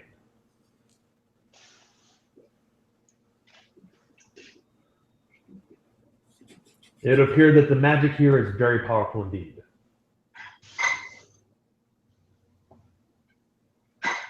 It says if it's higher than a 4th level spell, then they need to make an ability check. You do, actually. Oh, Yes, you're the one that's dispelling it. so should I do that? Yeah, you can do that if you want. So it's 4th level or higher? Yes. Sounds great. It's going to reanimate no matter what. Maybe. Make me an Arcana check. Arcana check? All right. Yeah. All right, so for the Arcana check, it's 17. And for the... I'm going to use your int advantage at this point, so it's going to be a 13 plus your intelligence. That's +2. So we can use whatever's lower, so you get a 15. Okay. With that, I can still tell you that 15 is good. You can tell that this gem is key to getting out of here. You don't know how or why, or really, well, the why is getting out of here, but you don't know the how of it. But you know that somehow it's key to getting out of this area. All right, so I'm holding the gem, right? Yeah, you cast this spell, so that was your action. Right, so I'll move 30 feet along this path. The side that Tagwin's going, or the other direction. The side that Tagwin went. All right. Let's see. No relation. It is your turn. You are standing about 10. You're standing about 10 feet in front of this pool, where the gym was. All right. I'm going to run after them on the other side. All right. Are you dashing? Yeah. Okay. Let's see. Lather what are you going to do?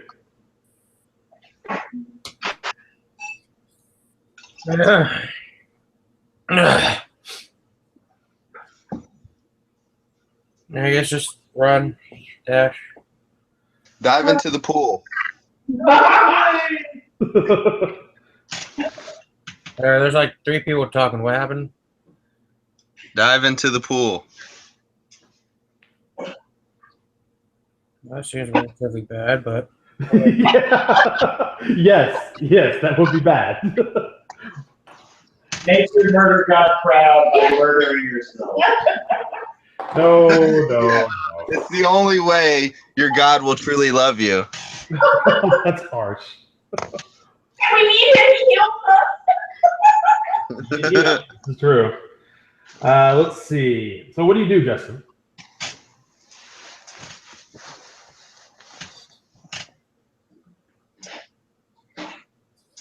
I don't have any good spells, so I'm just gonna ready and attack.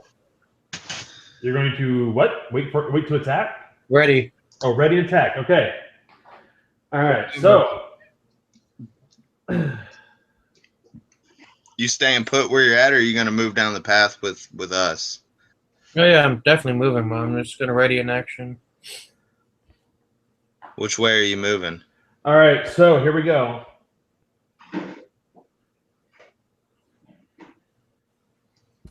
Tagwin, you're going to take 1 attack. Bring it. That is going to be a 17 to your armor class. That's a miss. All right. The next one is going to be a miss as well. As you see 2 huge pinchers splash out of the water and try to grapple you with a with spine claws, like a giant crab. Smite, you're going to take 2 attacks. First one is going to be a 23. That's a hit.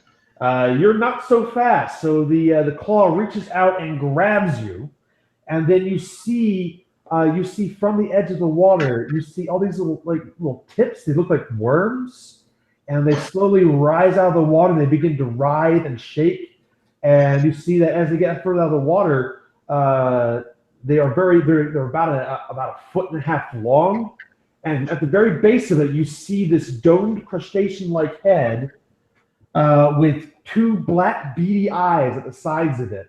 And they reach out and they start wrapping and tangling around you. Make me a con saving throw. Oh, that is 19. All right. You feel some foul toxin trying to infiltrate your body, but you resist it. You are currently grappled by this creature. Let's see. No relation. A claw reaches out of the water for you. That is going to be a 20 to hit. Shield. All right, you bash it away. Oh, that's right. I have to deliver the damage that you got first, Mike. Yay! So the damage from the claw attack, the first claw attack, is going to be 11 points of bludgeoning damage. Okay. So you shield. Another claw comes at you. Let's see. Well, that is going to be a 24 to your armor class. Does that get you with your shield on? Let's see. Your regular is 18 plus 5, so not quite enough. So the second one, second claw grapples you, and you are going to take 12 points of bludgeoning damage. Okay. But it doesn't have enough actions this turn to attack you with its tentacles. Let's see, Glatterstorm and Gil. One of these, you see that is a large creature.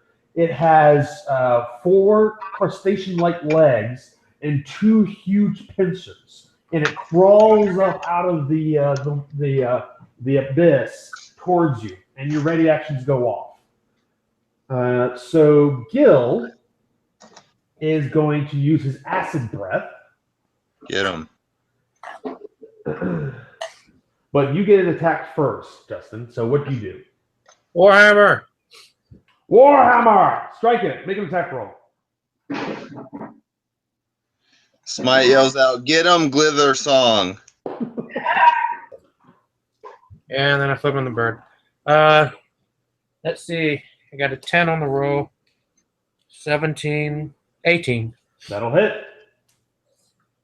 So you smash him with your mighty murder hammer. All right. 2d8.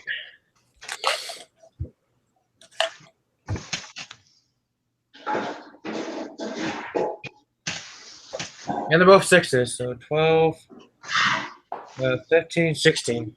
16 points. And let's see, you only have the one attack, right? You don't have multi-attack? No bonus action? All right. So Gil is... Huh? So I got the War Priest, which I can make an attack a bonus. Yeah, if you like to make another attack as a bonus action, you can spend one of your War Priest charges. All right, let's do that. Another attack. You swing the Warhammer back around.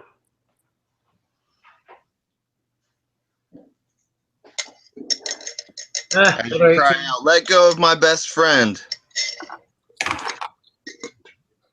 So we can say that. 18. 18 is a hit. Roll me some more damage. My best friend, Smite. Oh, but did you say it does or does? It does hit. It does hit. Good hits. Roll damage.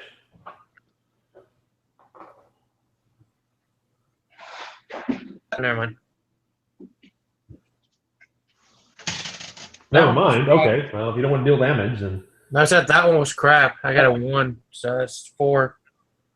If I can add my strength, right? Yes, you add your strength. Yeah. That's 4. Oh, okay. 4. So you dealt 20 points of damage to it. I got 5. I keep on forgetting to add the +1 to the Warhammer. Yeah, because it's a magic weapon. All right. Gil will let out a blast of acid.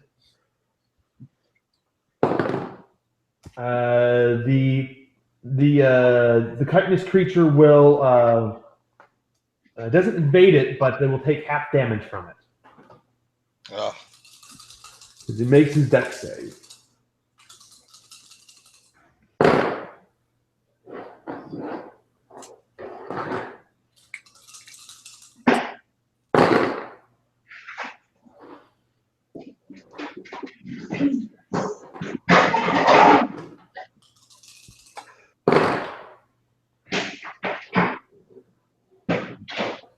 So full damage is 49 points of acid damage, and he's going to take half of that. Nice. So you take 24.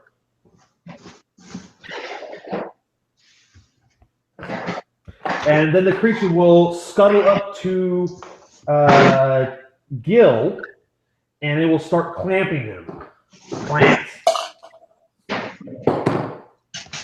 Let's see. That first attack will not do the trick. The second is also scrapes off of his scaled hide. But he is currently engaged with the creature. Back to Tagwin. Okay, so that creature missed me. I'm gonna repose it. Oh yeah, repose. Use your reaction. I'm gonna repose it, and then I'll attack it after that. So let's see if I can. So for future reference, you don't have to wait until your turn again. You don't have to wait for your turn to use that. You can use it right away. I don't think you heard her. Oh. Yeah, she said something and you went straight to smite's damage, so we were just waiting. Oh, okay. So, that's funny. I was gonna ask you, does a 20 hit it? But of course it can. Yeah, the 20 will definitely hit it. So, and I do a massive 1 point of damage. Okay. Does Smite start golf clapping? Okay, 8. I re-rolled that. It was an 8. So then now I'm actually I'm gonna attack it this time for real. All right. So that was your reaction to repose. Yeah. So. And now your main attack. Yeah, I'm attacking with my Dragon Slayer. Yay! Yes, this is not a dragon, by the way. Yeah, I know. I just like saying that. 19 will hit it. Okay, so I hit it. 24 to hit. Yeah, that's definitely a hit. Oh my god, my damage is horrible. For a great accident, it's a D12, I should point out. Yeah, I know. I just rolled a 3. Oh, okay. Well, you can add your strength and add an additional +2 for damage, because it is a +2 great axe. Yeah, so my total damage is 9. 9, all right.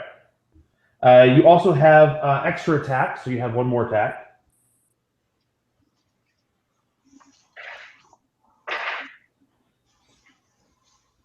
Yeah, I hit. All right. 19. That will hit.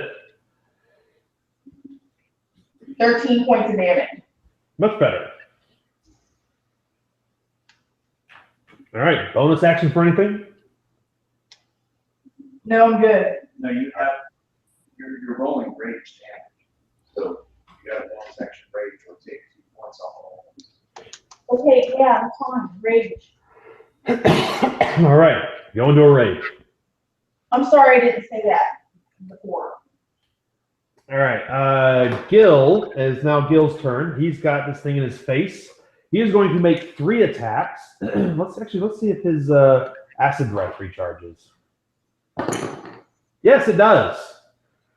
So he is actually going to move around. He's going to swing his head over, and the 2 that are attacking Tagwin and Smite, he's going to blast the 2 of them with acid. So they both have to make saves. The first one saves. Second one saves. So they're both going to take half damage. 5, 6, 7, 8, 9. Oh, is there any more? Okay, I got 10. Yeah, there we go. 11. 3, 10, 17, 21, 28, 33, 38, 45, 52, 53, 57 points of acid damage for full. And they're going to take half of that. So they're going to take 26 points each. I can't count that high. as you see that their shells start dissolving away. Well, this is yeah. So they both take 26 points of damage, and they're starting to look pretty messed up. Let's see.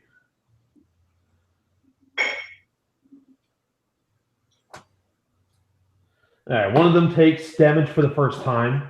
The one that has smite in its grasp. All right, that's going to be Gil's turn. It's actually, he's got a, let me see, does he have a bonus action for anything? He does have 2 levels of rogue. Yes, he's going to use a bonus action to disengage and then jump in the pool of water.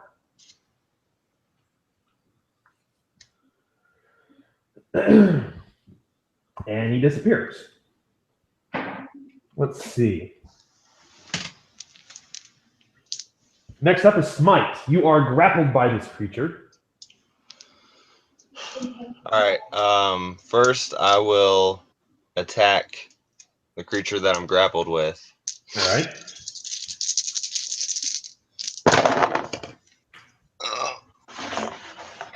Where'd my D20 go?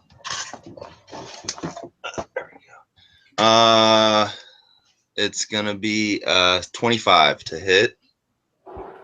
That'll be a hit. And then 8, 10, 18, 24 total damage.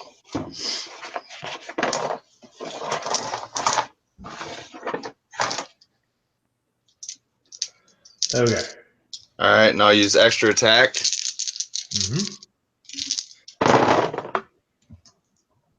It's gonna be, well, it's gonna hit. It's an 18 on the die, 28 to hit. Yep, that'll hit. And then 12, 16, 23, plus 6, 29 total damage. All right, 29. And then as my bonus action, you say this pool is 60 feet across, right? Yes. So I can Misty Step halfway into the pool? You can Misty Step to the middle of it if you want. That's what I'm going to do. All right, whoop, and you just drop into the water. You are decked out in armor, sir. So it is. You go right down to the bottom. All right. So after that, no relation. I still got this gem. Yeah, you still have the gem. That's true. So no relation. You see Smite jump from the water. You are grappled by this creature. Actually, that's a good point. Yeah, Smite use your Misty Step to get out of its claws. So Right. Yeah. I didn't move or anything. yeah, it didn't move anything. So no relation. You are grappled. You have your action attack. All that grapple does is it makes your let's see, Your movement zero. basically. Yeah, it doesn't really incur any other effects other than that. So what do you do? I'm gonna call lightning over the pool. All right. So there is you can see that the perfect sunny day overhead begins to cloud over, and you can hear a rumble of thunder overhead as rain begins to fall. Okay, I'm gonna have it come down on Come down on the creature. yeah. All right. So you are shooting lightning into an aquatic creature that is standing in this pool of water. That sounds cool. Roll me. Let me make a dex. In fact, Gil and Smite make dex saves as well. Oh, this may not turn out well.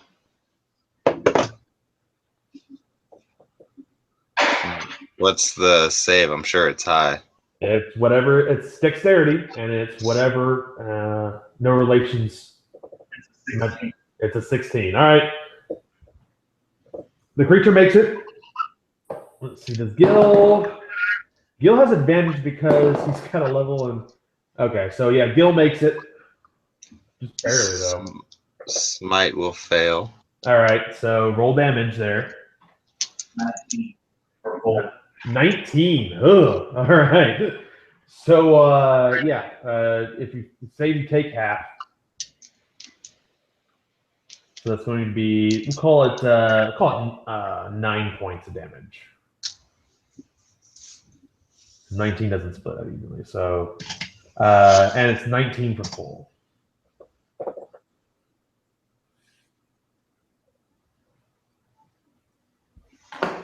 All right, so you are going to keep the spell up. Glatherstorm, your turn. There is currently one of the monsters in front of you. All right, just kill it.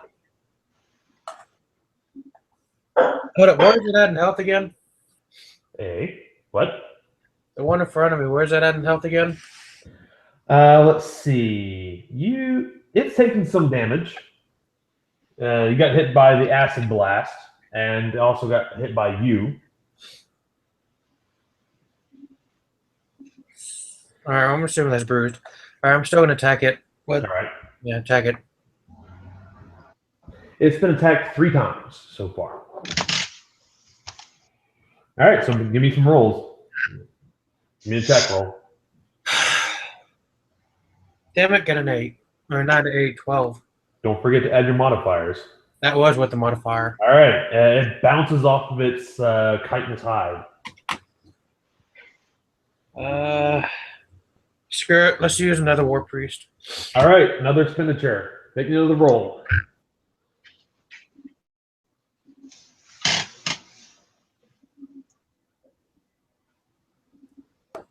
Now I get my 19. There you go. All right, that's definitely a hit.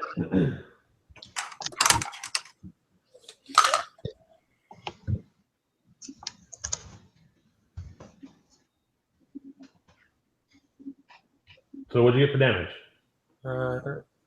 7, 8, 9, 10, 11. 11. It is still alive. All right, now the creatures go. Let's see.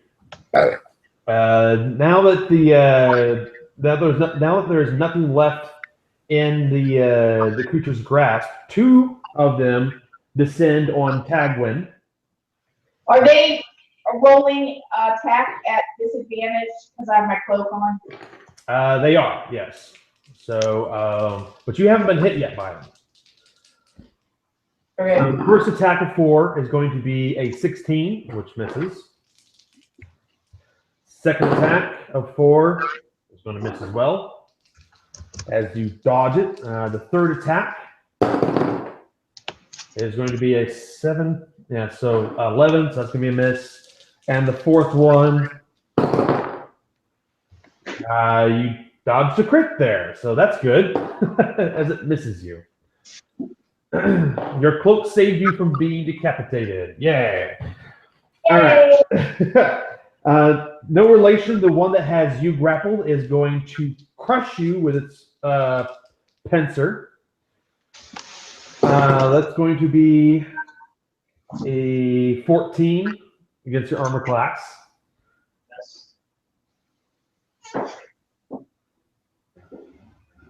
Okay, so that's a miss. Yeah. All right. Then you could feel its slimy tentacles start wreathing over your shoulders and around your waist, and you feel a paralyzing toxin. Make me a Constitution saving throw.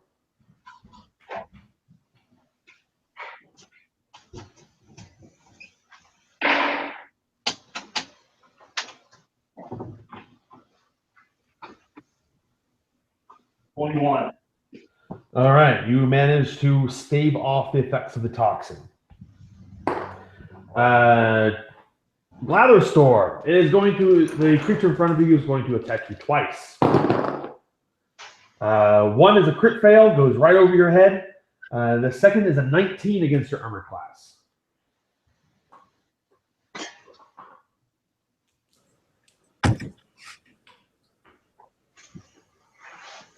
Which? Does a 19 hit? Yeah. Do you have your shield out?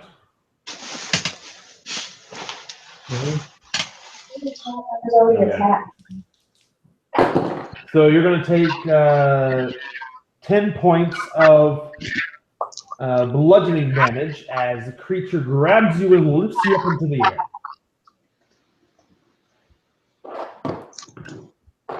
All right. Tagwin, it is your turn.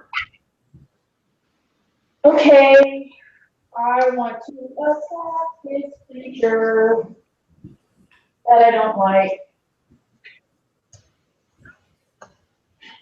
And I am raging.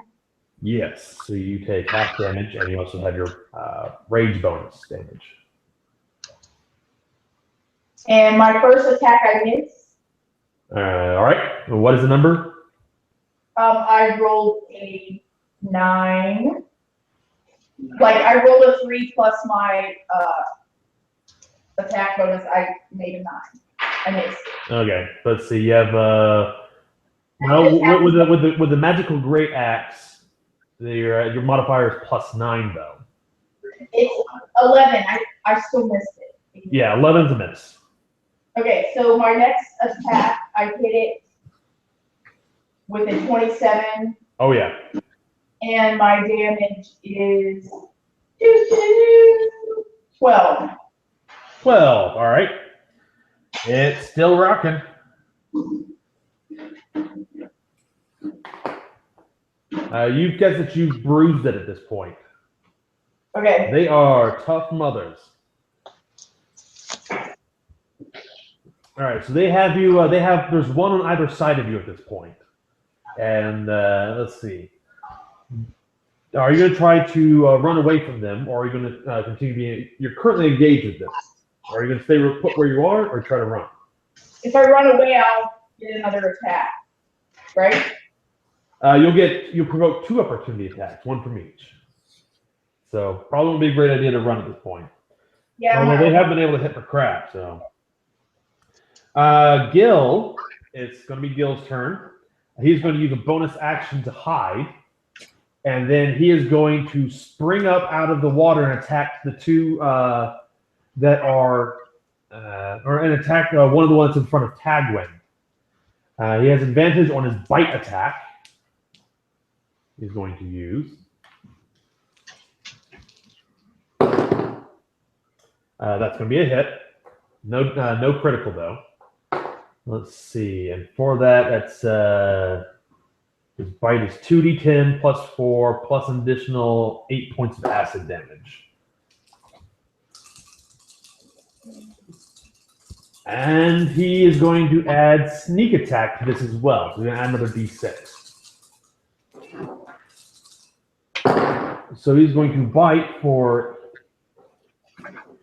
25 points of damage as he chomps down on this one. And snaps its head off and then dives back down in the water, provoking an opportunity attack. Actually, no, he's got 2 more attacks, though. Sorry, he's not going to do that yet. He's going to turn to the other one next to Tagwin, and he's going to attack regularly. One claw, that's going to be a miss. Second claw is going to be a hit. He is going to deal, you only can do that damage once, so 2d6. He's going to deal 8 points of slashing damage to the other one you're engaged with, Tagwin, and then sink back below the water and provoke an opportunity attack.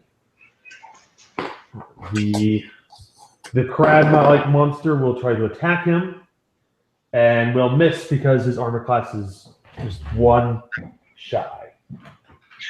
His guilt sinks back beneath the waves of this sloshing pool.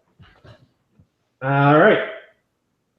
Next up is going to be Smite. You are down the bottom. You hear Gil splashing out. It is pitch black in here. You land at the bottom of the pool. Does my dark vision help? Barely. You can only see like a foot in front of you. But you land at the bottom of this pool. You guessed about 30, 40 feet down. Your ears are crushing, the water is crushing against your ears. It's rather painful, but you feel something underneath your feet.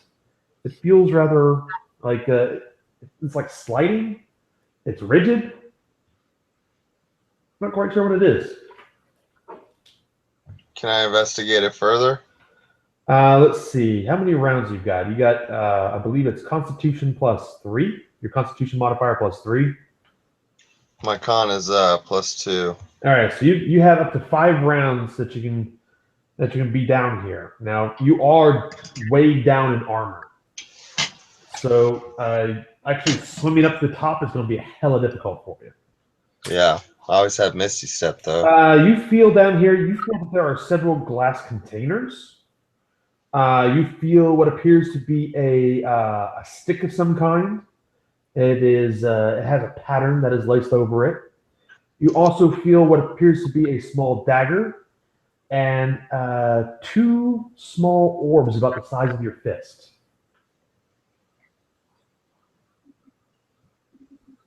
Can I pick up stuff? Yeah, you can use your action to start putting it in the bag. Okay. You can like pull out a bag that you have with you and start stuffing them inside. All right, I'm gonna pick up the 2 orbs and the stick. You're gonna leave the rest of the stuff behind? No, I'll pick up all of it. All right, pick it all up. Now make me an athletics check at disadvantage because you are in heavy armor. All right. Also,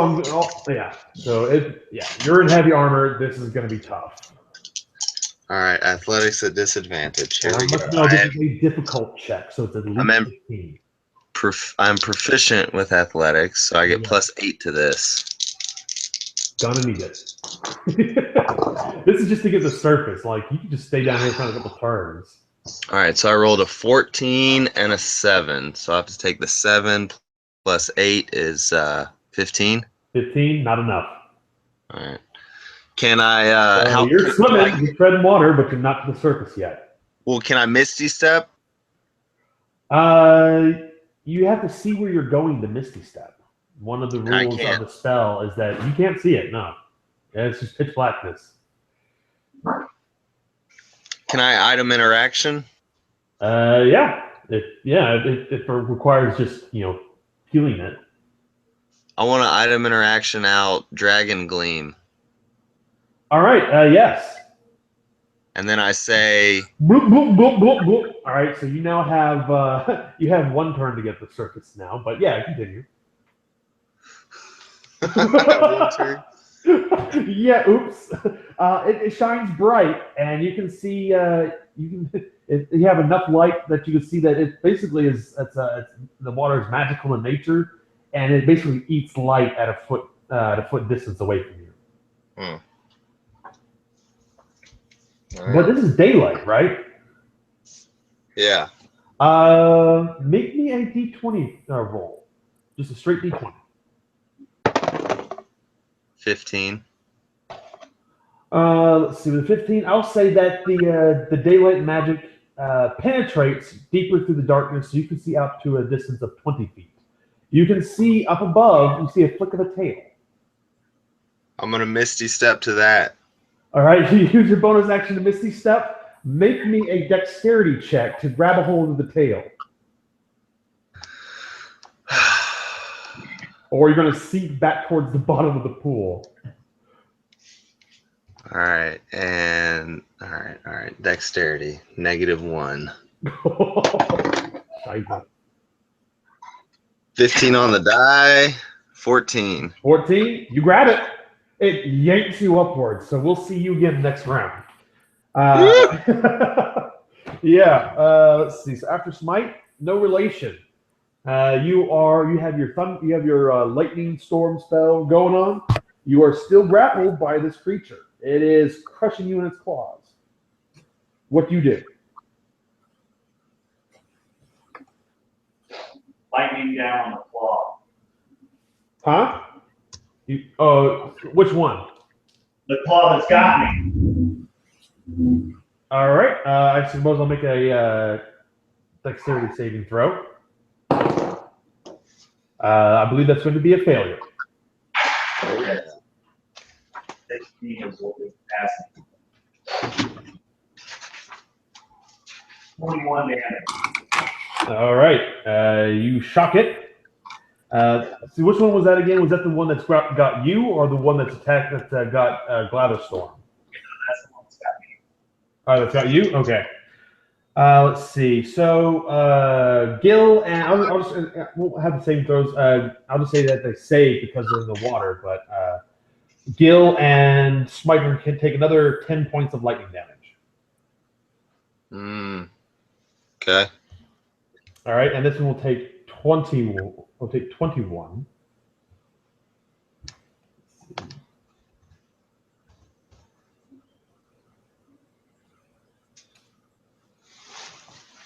And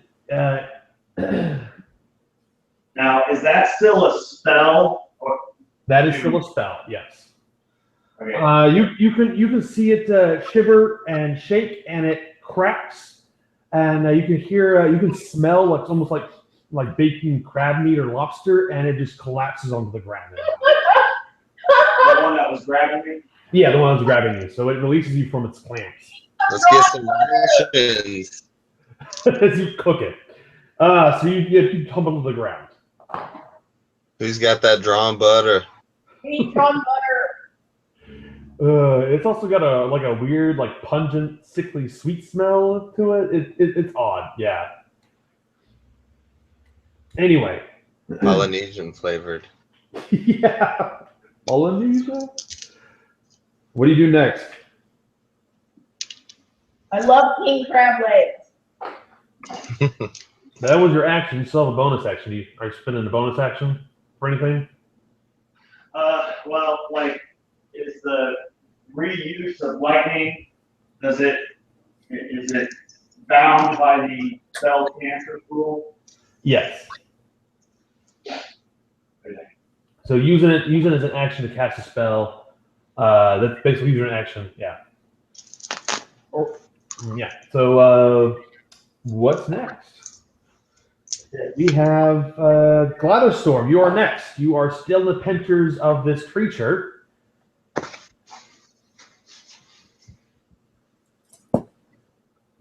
Oh, is that the one you made a roll 19 for?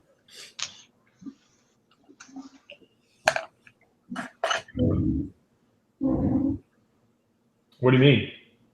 No, screw it. I'm gonna set forth themes for my spirit guardians at 4th level. All right. I will make a wisdom save. Shred some shit. So roll some damage for that. Save that sweet meat. Sweet meat! It's a sweet one! All right. So how much damage is it?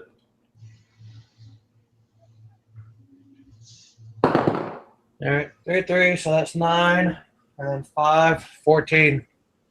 Okay. Wow. Let's see. And your spell save is what? 15. All right. It saves, so it takes half damage. So we'll take 7.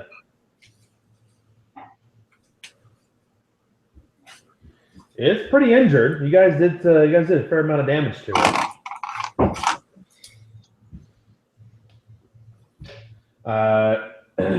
And it will also take damage on its turn as well. It's a concentration spell. Tiamat's eyes shine like diamonds. All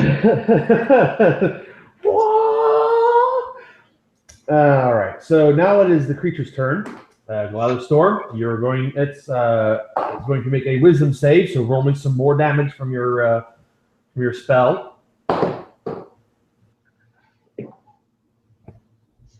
Roll high. Easier said than done. That kind of high.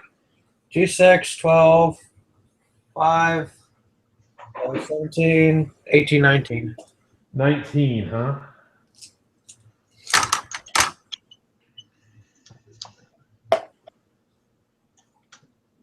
You bloodied it, but it's still alive, and so it will squeeze you with its pincer.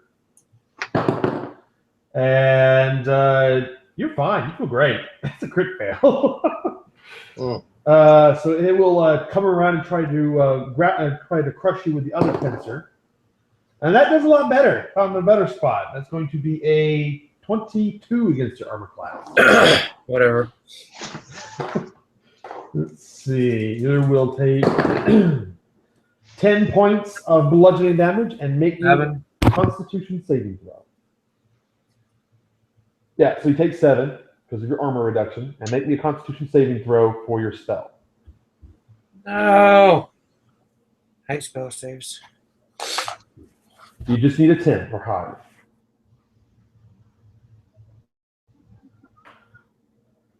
What'd you get? 17 plus 1, 18. Oh yeah, you're good. If you got a higher than a 10 or higher on the dice, you're good. Yeah, so your spell is still going. That was its turn against you. The one that is on no relation is dead. So the only other one is against Tagwin. So it's going to try to attack you. It's at disadvantage. With disadvantage, that's a 21 to your armor class. That's a hit. All right, so your displacer effect goes away, and you will take 4 points of bludgeoning damage, cut in half by your rage. So you take, so that was going to be 8, 4 points because you're raging instead of the 8. And then it's grappled you, so it will try to. Oh, the first attack failed, so. It is going to use its tentacles to try to poison you. Make me a con save.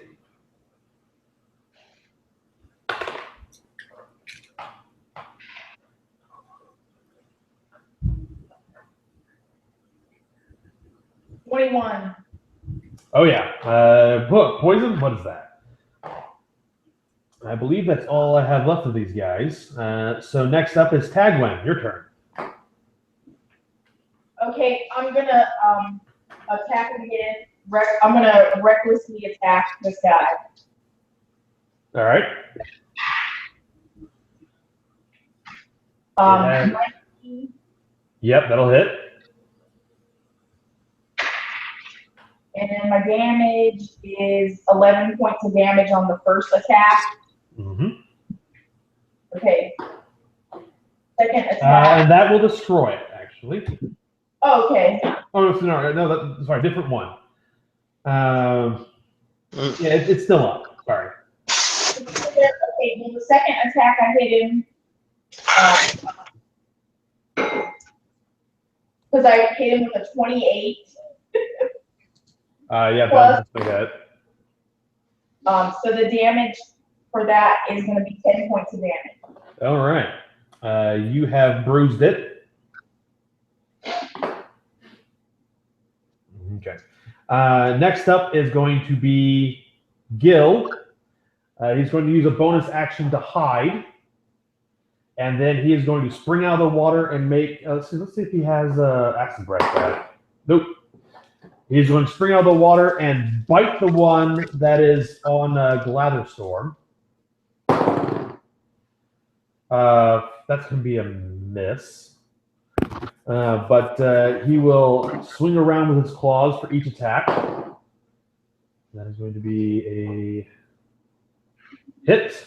And for the second one, that's going to be a hit as well. So he's going to attack twice.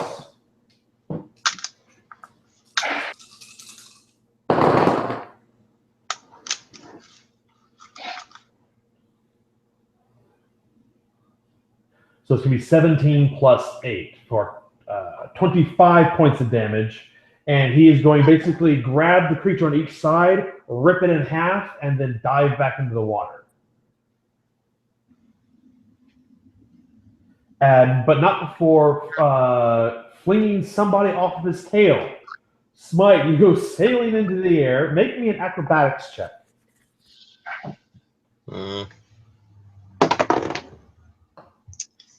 Acrobatics is Dex. Yep. 13. Okay, let me see. That's how much damage you'll reduce off of this. I say in Draconic, thanks, buddy. It's 10, 14, 18, and 23, so you'll take 13 off of that. So you'll only take 10 points of damage as you tumble across the grass field and crash into a hedge. I think I found some really good shit. Yeah, do you want to look inside and see what you got? No, I want to kill these things. All right, so you are now at the edge. You're now in the corner of this 80-foot by 80-foot grassy area. I don't have the word for it right now, but you're seeing that there's only one of these creatures left. It is all the way across the field.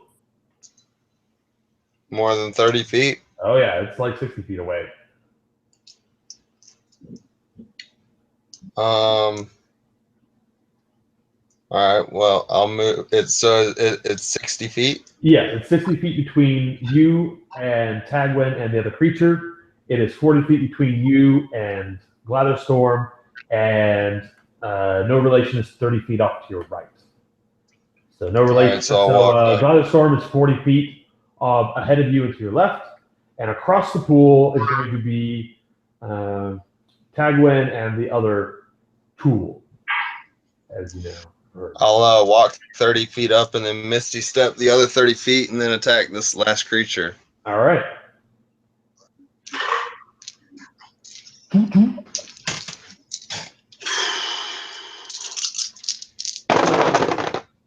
I crit. 20. All right. Yeah, roll me damage for it.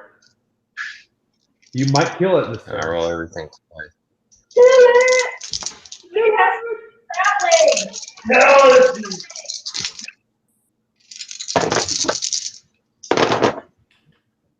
All right. 8, 16, 19, 27, 33 plus 6, 39. 39. And You bloodied it. You have an extra attack, right? yep. You can finish it Hold on, off. let me clear out these dice. All right. So it's bloodied. Oh yeah. Okay, it's 17 to hit.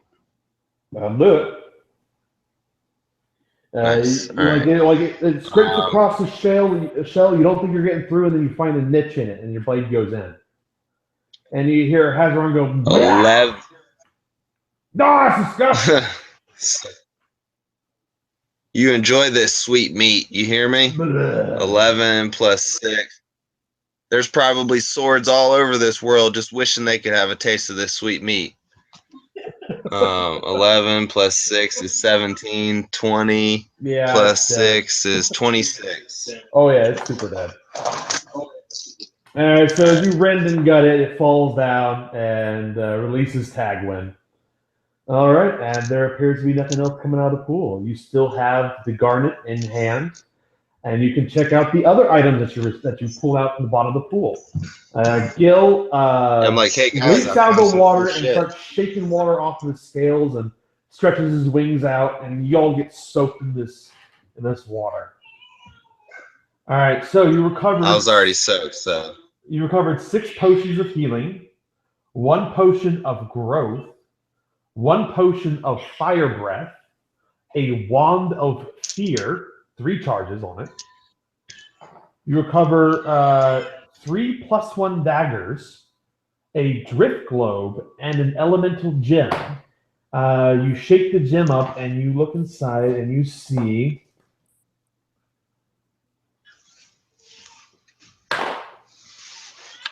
what appears to be a swirling vortex of wind inside. So make an Arcana check for this. Or perhaps a religion check. Can I do religion? Yes. Okay, that's 24. This appears to be a gem that contains an elemental. So mechanically, by breaking this open, basically just chuck it like a Pokeball, and it casts Conjure Elemental, which is a 5th level spell. You have the elemental inside is friendly to you for 1 minute. It is it's treated as because it's the gem. It uses at max concentration, so it'll be good for 1 minute. However, after the minute expires, it is no longer charmed by you and your allies. So it will attack both enemies and friends once the minute is worn off. Hmm. We got an elemental gem. How many healing potions? 6. 6 healing potions. And then What about that? 1 potion of growth, 1 potion of fire breath, a wand of fear, 3 +1 daggers, a drift globe, and the gem. what is the drift? Yeah, what's the drift globe? Oh, sorry, the conjure element, that's up to 1 hour, not 1 minute. So it'll be charmed by you and your allies for 1 hour.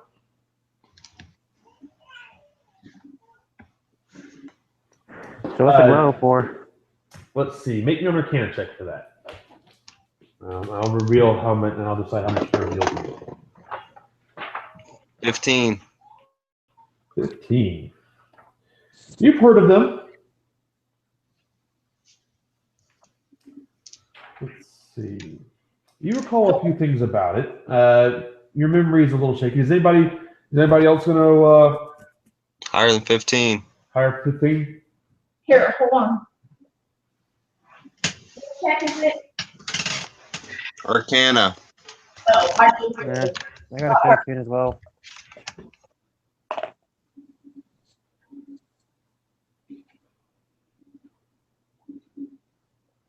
So what's a drift globe? For 15 times you got, then you know that it is a sphere that when you speak a command word, it emanates light as if the light or daylight spell. Once used, the daylight effect cannot be used again until the next dawn. That's pretty cool. You've heard that it has other abilities as well. But right now they escape you. Maybe you could think about it for a while. Okay. All right, guys. So how do we divvy up the loot that I found? by nearly drowning in the pool. How many of the +1 daggers do we have? There's 3 of them. So we'll each take one of those. Well, we gotta give stuff to Gil. Can we give him the gemstone? The garnet? He says, why don't you hold on to it for me right now?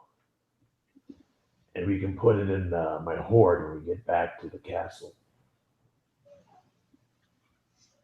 All right. Talking about Cragmaw Castle, the one that you guys have negotiated for. Yeah, our castle. Your castle. The potions, you don't have to be able to use magic to use potions, do you? Nope. All you gotta do, that's what makes it so wonderful, is they're one-time use, but anybody can use them. When I roll, Can I take potions then, since I don't have magic? yeah. So really, the best way to use potions is basically just to chug them down in a situation where you don't have time to take a short rest, because you just choke down the potions and get the recovery of HP from them. Because during a fight, you can get between between 4 and 10 hit points back, but you can get a bunch of them. The growth and the fire breath. Yeah, so let's see. There's no real alchemy skill, so I suppose it'd be another Arcana check.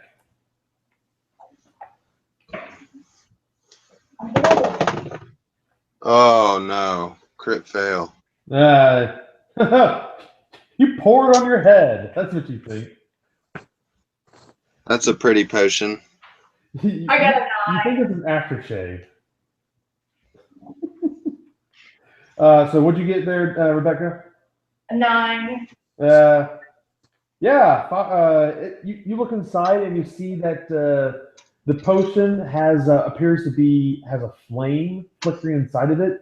Like you slosh it back and forth, and the flame separates into pieces and then settles back down to the bottom, almost as if they were flakes of something, except they're actual flames. That's really all you can tell. Like you can shake it up, take a look at it, but anybody else? How about no relation? Does he have Arcana? So the potion of growth, what is that? Make me an Arcana check. Does a 12 do anything? 12, you know that a potion of fire breathing, you can drink it. It is safe to drink. And it allows you to spit fireballs at people. I want to do that. You can only, you don't know how many times you can spit fireballs, but you do know that. How about Tagwin takes the fireball and Smite takes the growth? All right, you can do that. Any opposition to that? Science or no relation can probably use the wand of fear, correct? He is as closest thing to a wizard as you're going to get in this party. Yeah, no relation could take the wand of fear, and let's give Gil the elemental gem. He looks at it, and I mean, you see that he actually does have. It's kind of weird to have like a dragon with a backpack or something, but he's an adventurer, so I imagine he would have something. He's got like saddlebags. I don't know. But Yeah, he's got like a little belt of holding. yeah, he's got a bag of holding. He had to put stuff in. So It clips around his body like a belt. Yeah, like a satchel, like somebody we know. He opens it up and puts it in, closes it. All right. The healing potion evenly. Okay, yeah. There's enough for each of you to have at least one. Hey, I got a 12 or a 14 on Arcana about growth. All right. You have heard. You haven't come across this one before. You see that that you see little beads in it. The red in the potion's liquid continuously expands from a tiny bead to color the clear liquid around it, and then it contracts. Shaking the bottle fails to interrupt this process. You have heard that there is a spell out there that this is supposed to imitate. A spell that can cause you to shrink or to grow. You suspect that this one might be the one to enlarge somebody.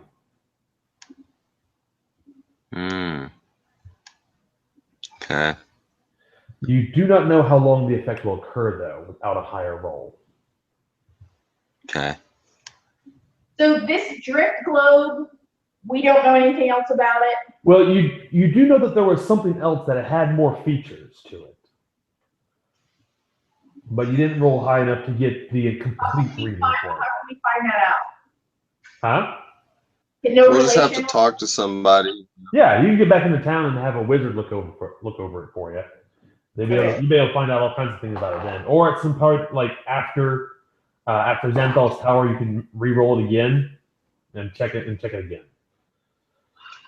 All right, take a quick break because we just finished that up. I'm going to get myself another beer, and then we'll get right back to it. So call it 10 minutes. All right.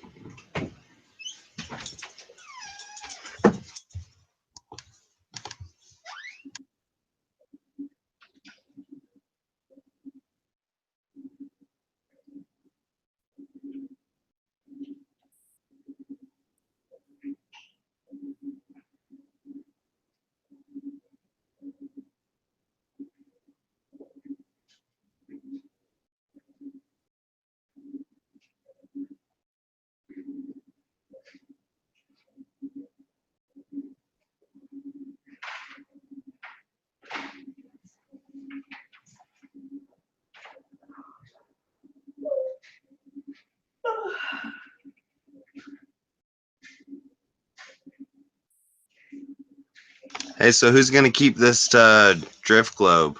Maybe I think no relation, because he's all magical. yeah, and he needs to do an Arcana check on it too, because I don't think he did.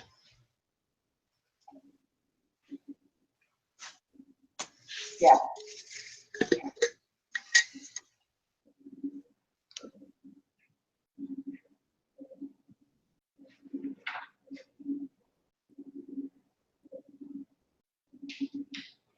So I don't see grow. Grow is not a spell.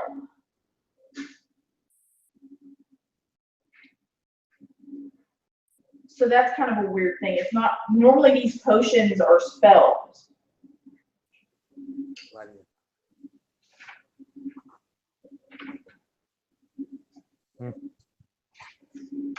That potion of growth is a spell. I just forgot the name. But Dugars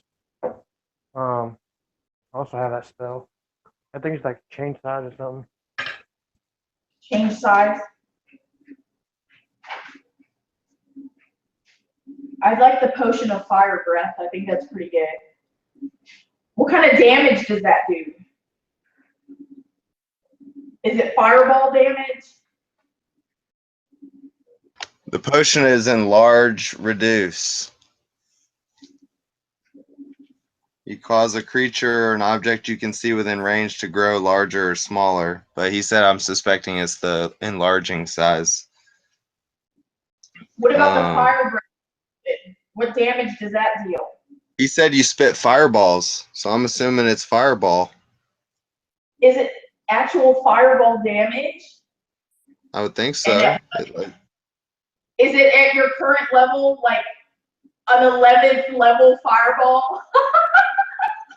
No, it's I don't. It's probably like whatever third level. Yeah, that would be. The potion has a level, doesn't it? It specifies. Most don't have levels unless they specifically say what level you cast a spell at. Otherwise, it's considered the lowest level. Oh, okay. Yeah. And for the damage, it's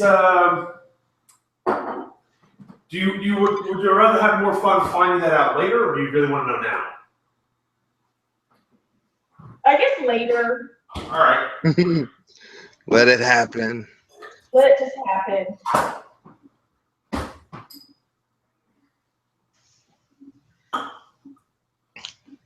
So yeah, the enlarge sounds pretty cool.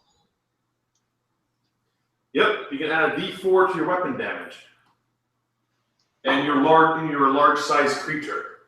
And I have advantage on strength checks and strength saving throws. Yeah. And yeah, the weapon is enlarged with me. So Hazaran would deal another D4 damage. Yeah, he'd be all enlarged. Yeah, it's something else.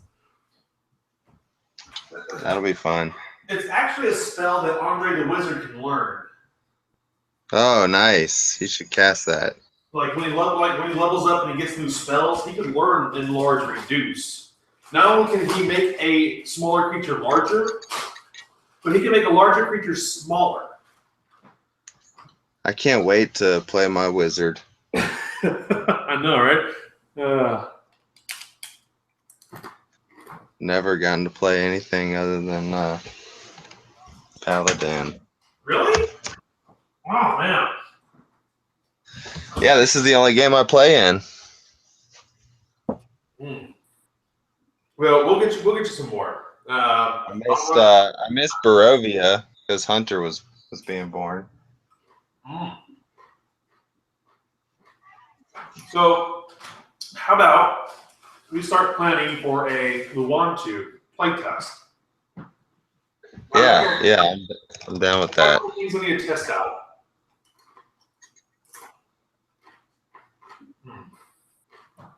So maybe after Christmas? Yeah, it'll have to be after Christmas. I think everybody is like, if you're working, you're busy with work and then family stuff for Christmas, and then. Yeah, I got a lot going on between Christmas and New Year's too, because we go up to Tennessee every year to see Bailey's extended family. after Christmas. Nick is working every day, Working a day. and I'm working a lot until like next week, and then after next week, I'm not doing anything. Taking care of business.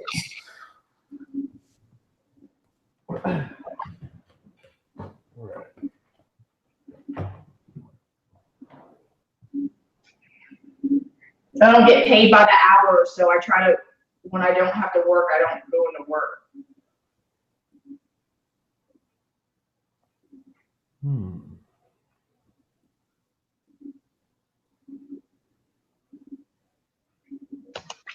But after the new year, like January 1st, shit slows down considerably.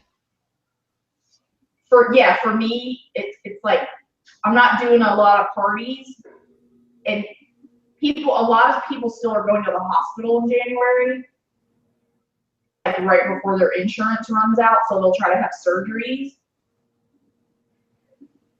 So we are busy, but just regular business, not all the holiday parties that we do now. That's funny. Bailey had some hand surgery because we met our deductible this year because of Hunter. And yeah, it was all going to reset and shit in January. It's just funny that you said that. Ooh. Okay. Good thing to know. All right. Well, I'm ready to go whenever you guys are. Let's do it. All right. So January. So you continue on down the path that you came with the garnet in hand. Let's see. You hold your breath and you walk down the passageway as it twists and turns for another 3 minutes.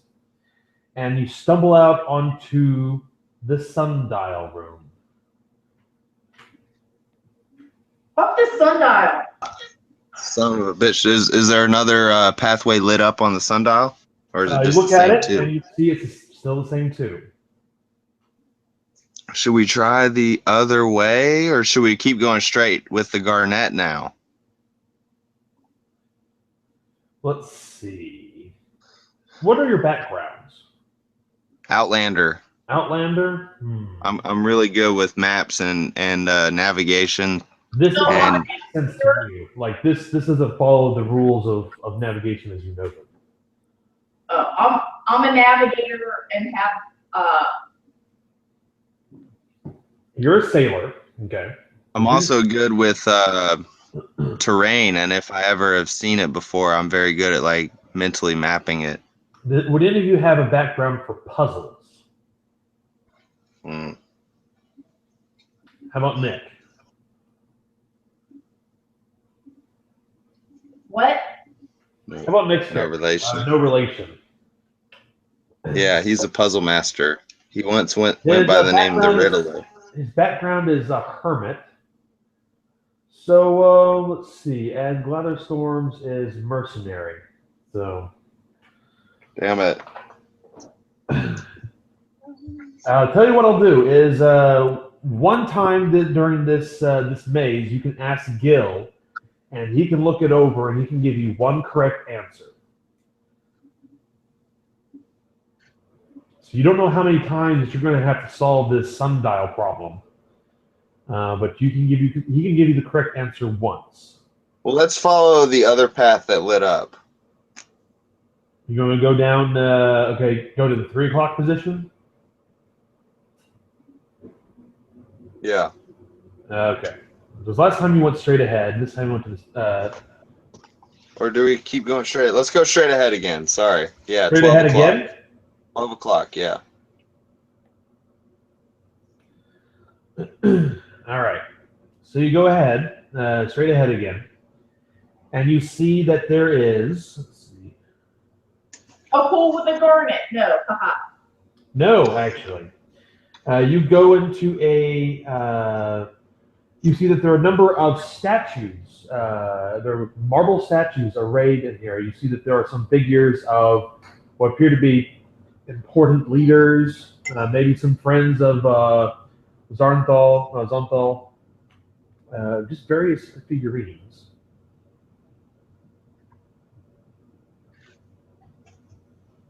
Can I Divine sense. Yes. I haven't done that yet. So you're just kind of like looking out into this area. You do not sense any fae, fiend, undead, anything of that nature. Okay. So are these figurines like life size? Yes. I'll walk up to look at the closest one. After a certain size, shouldn't they just be considered statues?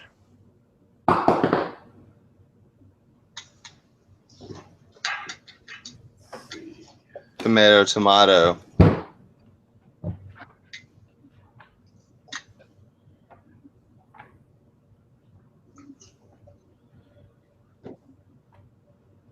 All right. So you walk up to it. What's it look like? It appears to be made out of marble. Let me look it up. Fancy. And does a 20 hit your armor class? It does exactly. The marble statue reaches out and strikes you. Like with its hand? Yes. Like slaps me? Yes, and trying to basically knocks you back. Like, you take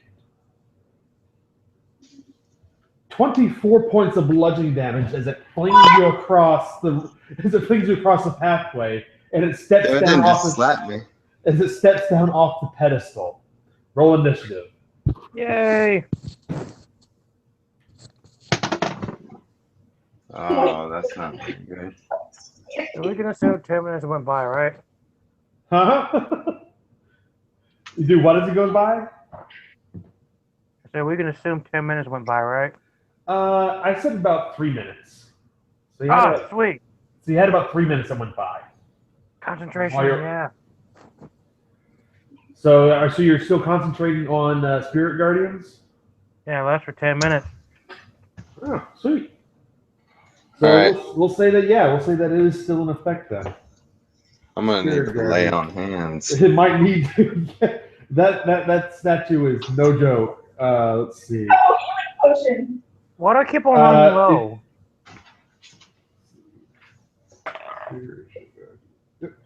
Alright, there you go. So what'd you get for your initiatives? 4. So glad we'll start with Tagwin. 15. Tagwin's got 15. Smite? 5. It's because you got bitch slapped across the courtyard is what you happened to you. Yeah, I gotta get my senses about me. Gother Storm. Yeah, I'm right after him. 4. 4, okay. For some reason, I'm rolling really low today. And no relation. 15. 15. Of course. And I'm going to roll for Gil. Let's see. Gil gets a 10 on his initiative.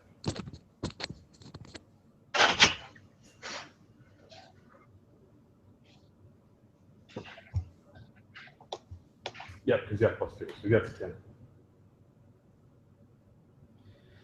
And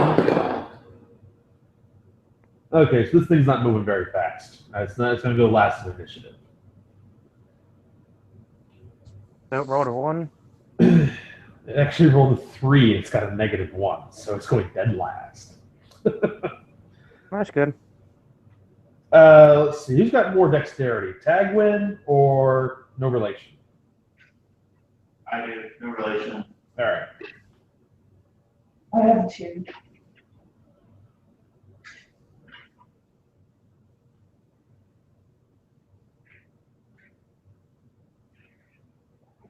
All right, here we go.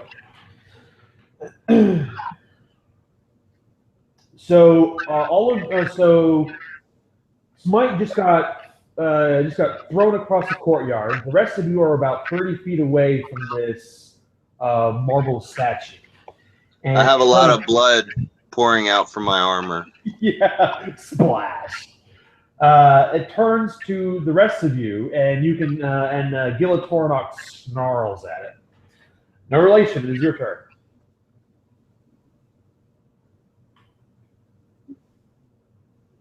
No relation. It's your What do you turn. do? What do you do? I guess I'm gonna statue. All right. Attack it. I'm gonna range this. Are you? Is that a magic longbow you're using? Is it the magic longbow? All right. That is important. Just a 18 in its armor class. An 18 will hit it. To do 10 damage. All right. And then I'm gonna bonus action healing word light. Oh. All right, Smite, you recover some health. How much? Word.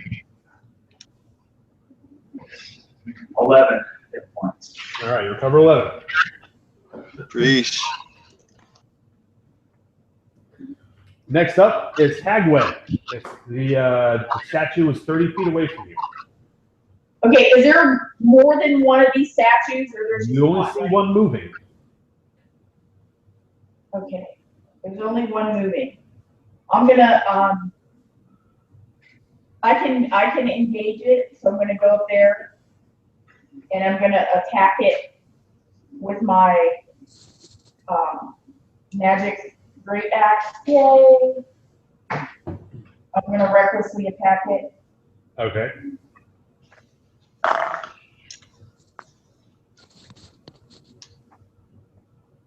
$28 to hit.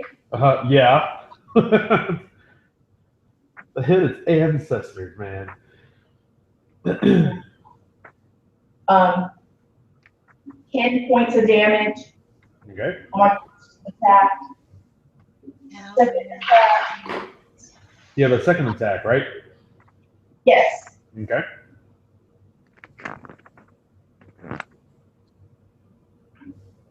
$22 to hit. And another 10 points of damage. All right. It takes that damage. Any bonus action? Or did you already use it to rage? I've used it for rage. Okay. Good enough. Gil is next. He is going to, let's see, does his breath recharge? No. So he is going to run over and he is going to bite and slash at it. So first, actually, hold on a second.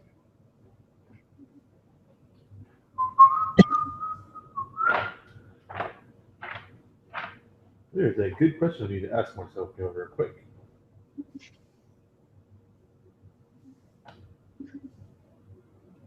Let's see. So he scratches and claws at it, and his bite. He's not able to get a good bite on it, but he scratches at it with his claws, and he hits it, but it's not doing any damage. It seems to be impervious to normal weapon damage.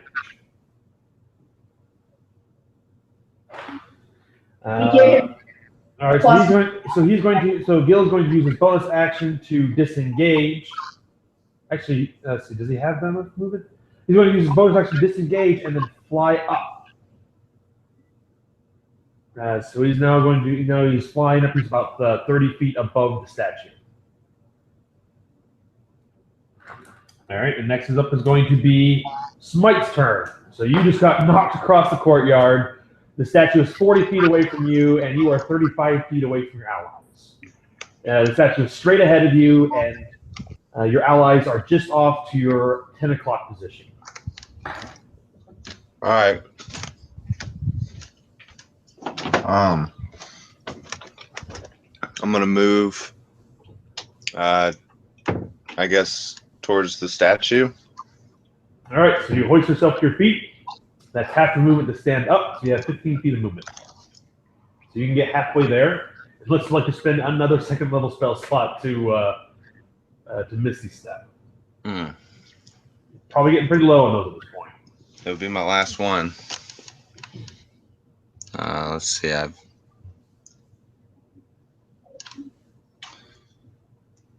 Or you could dash and get there and take a pummeling and then attack next turn.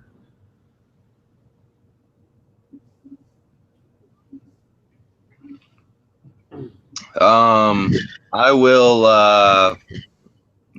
Yeah, fuck it. I mean, they're there to use, so I'm gonna Misty Step the rest of the way to the guy. All right. And I'm gonna lay on hands myself right in his face. Oh, okay. So you run right up to him and then you heal yourself as an action.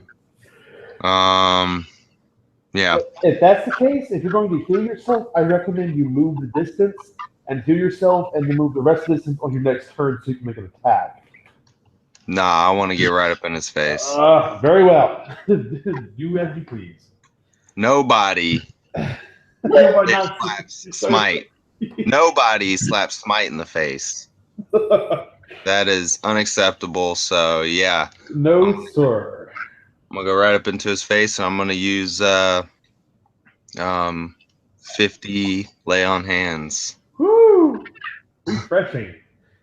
Glatherstorm, it is your turn. All right. Well, since 3 minutes have passed, I'm gonna run up to him and my fiend. They're gonna attack him. All right. He's going to have to make a save. It's actually 16 because I forgot 8 plus proficiency plus wisdom. Actually, I'll make this. Okay, so I got the save. So he'll take. So just roll the damage, and on his turn, we'll apply the damage. But you have your action.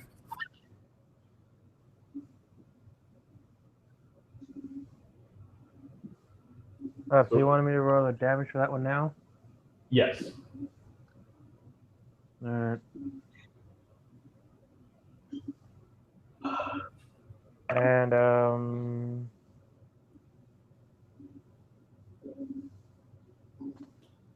the damage for that one was 26. Good. Okay. I'm tagging him for 19. All right, you hit him.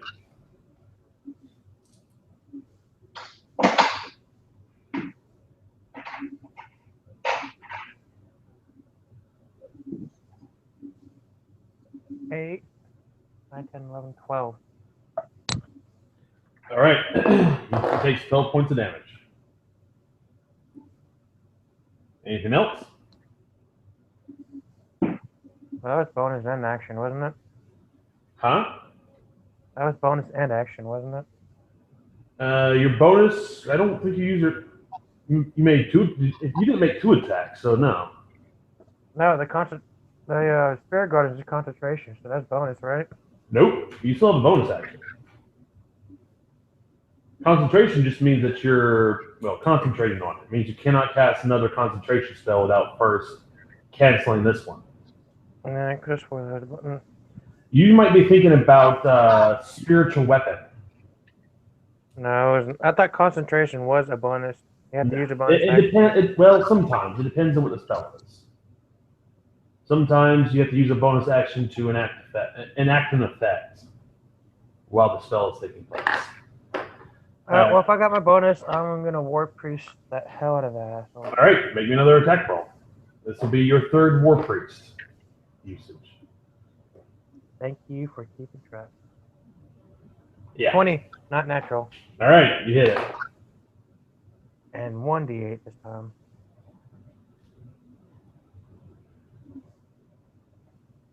Son of a... What is it? I got a 1 on the die, so 1 plus 4 is 5. Takes 5. All right. It is now the statue's turn. What is the damage from the Spirit Guardians? Because it fails. Like I said, it was 26. 26. So it'll take another 26 points of necrotic damage as you see bits of the statue's surface are scored and worn away. You can see sand fly off of it as your spirit guardians do their work. Yay, Spirit Guardians. Yes. It is going to look at the three of you, Smite, Tagwin, and Glatherstorm, that are currently huddled around it. And you feel a wave emanate out from it. It's almost like reality itself ripples away from it. And you all need to make me a wisdom saving throw.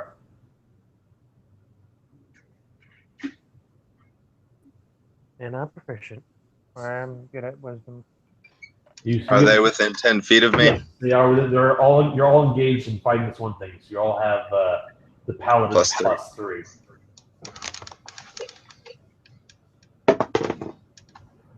Well, if that's the case, I got 24 then.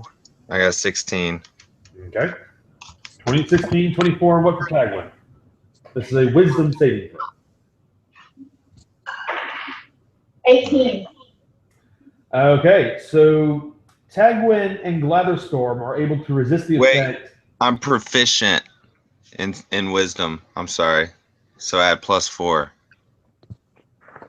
So what does that bring your total to? 20. All right, so you feel a terrible, terrible weakening pass over you, but it dissipates. You realize you don't want to be hit by whatever the hell that was. All right, let's see. I'm proficient in wisdom saving throws. I just checked that.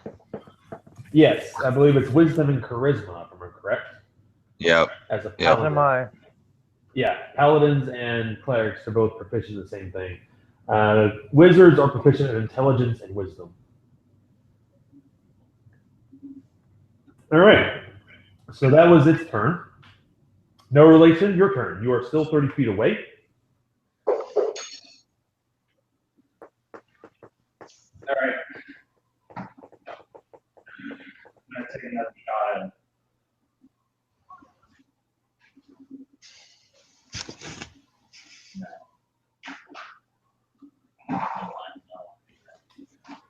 All right, so you make an attack roll.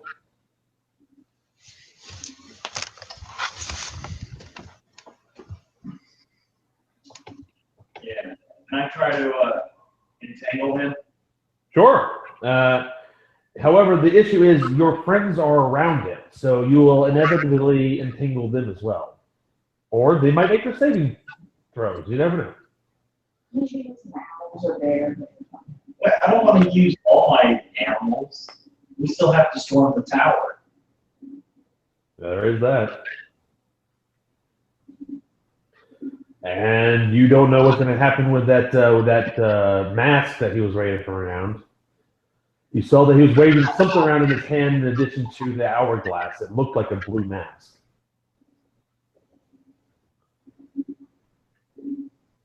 Yeah. Are you proficient at puzzles? No. Oh. Shut up. All right. What? You're not the sundial. It's your turn. Do something. Entangle that bitch. You're gonna entangle. All right, entangle. All right, everybody make me saving throws. So stupid. I believe it's a strength saving throw, so the barbarian is raging and has advantage. You also, And add yes, +3. the +3 from the paladin. You get a +3. Yeah. So Yeah. Well, yeah, because of Smite's party aura. Or protection. 26. I'm pretty sure that's going to beat no relations DC save. So.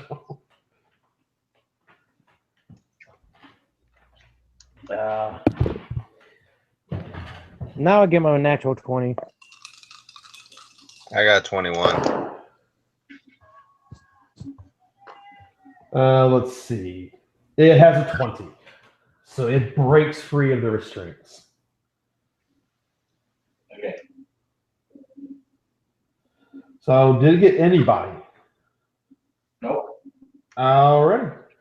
For the duration, see.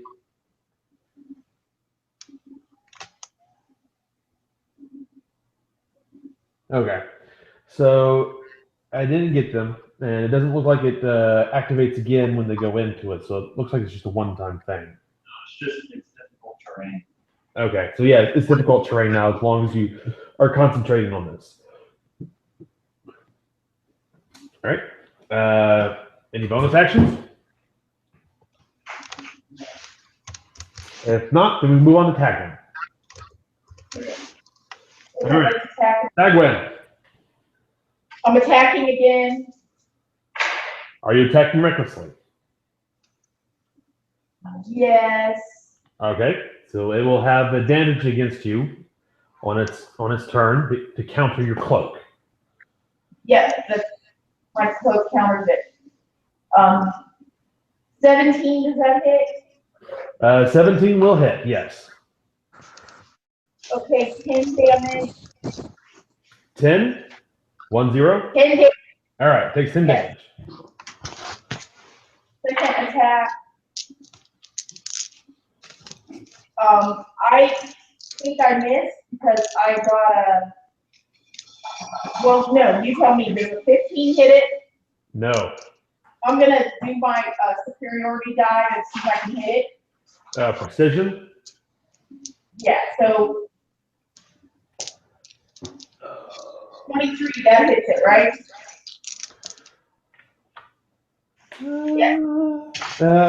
Yeah, it does. But I'm pretty sure.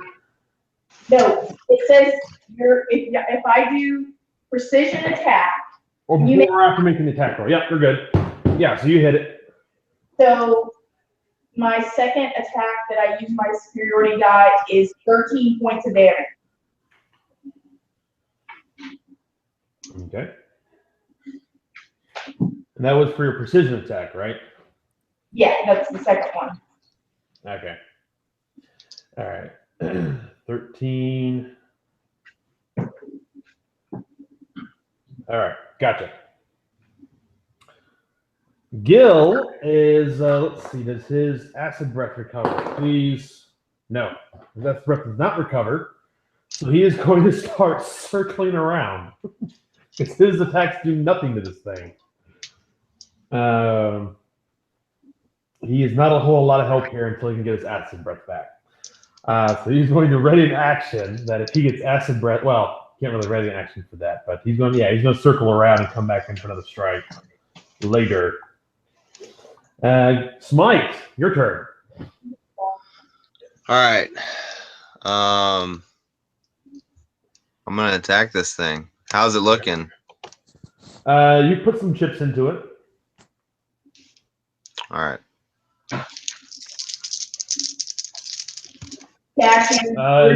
You've bruised it. I've got a handful of dice right now. So. You got to hit for it first. 19 to hit. Yeah, it'll hit. I'm gonna use a first level divine smite. I don't have enough d8s though.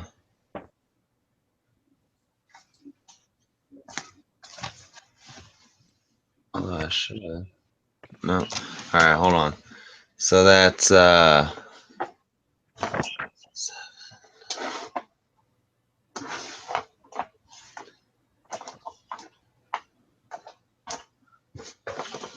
23. 32 plus 6. 38. 38. Yep. It wasn't that great, actually. I've seen better smites. All right, so extra attack. Same thing.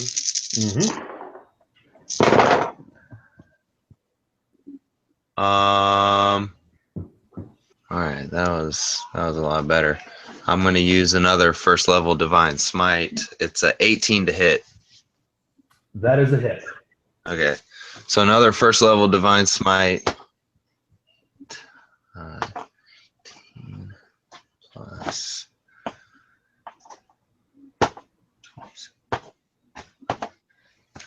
And then I want to use bonus action blinding smite. Okay. It's a 3rd level bonus action concentration spell. When I hit a creature with a melee attack, my weapon flares with bright light and deal an extra 3d8 radiant damage. And the creature must succeed on a con save or be blinded. Blinding Smite. Yep. Deals extra 3d6 radiant damage. Okay. So what's your saving throw? Or what's your DC? It's a 15. And did I tell you the damage? Did I add it up and tell you? No, not yet. It saves. Okay. If you want to know, that's a 22 to save against that. Okay. So what was the damage? It was 38 plus the 3d8 additional was 16, so that's 48, 54 total. Okay.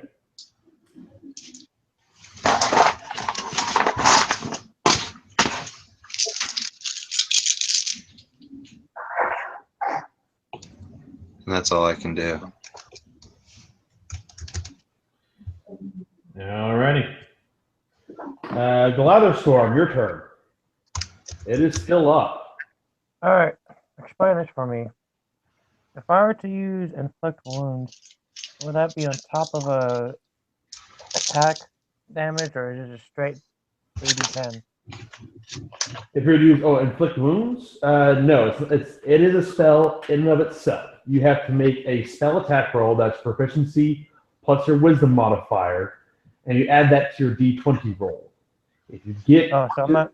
if you get to the AC, if you reach the AC or get higher, you inflict 3d10 damage, no modifiers, unless you cast it at a higher level. And I believe it's that extra d10 for every level that you upcast it. Yeah, I wasn't. Like I said, I was confused. I didn't know if I was making a weapon attack or a spell attack. It's a spell attack. It is a spell. All right, well, I haven't used that at all, and I want to use it, so I'm using that at 2nd level.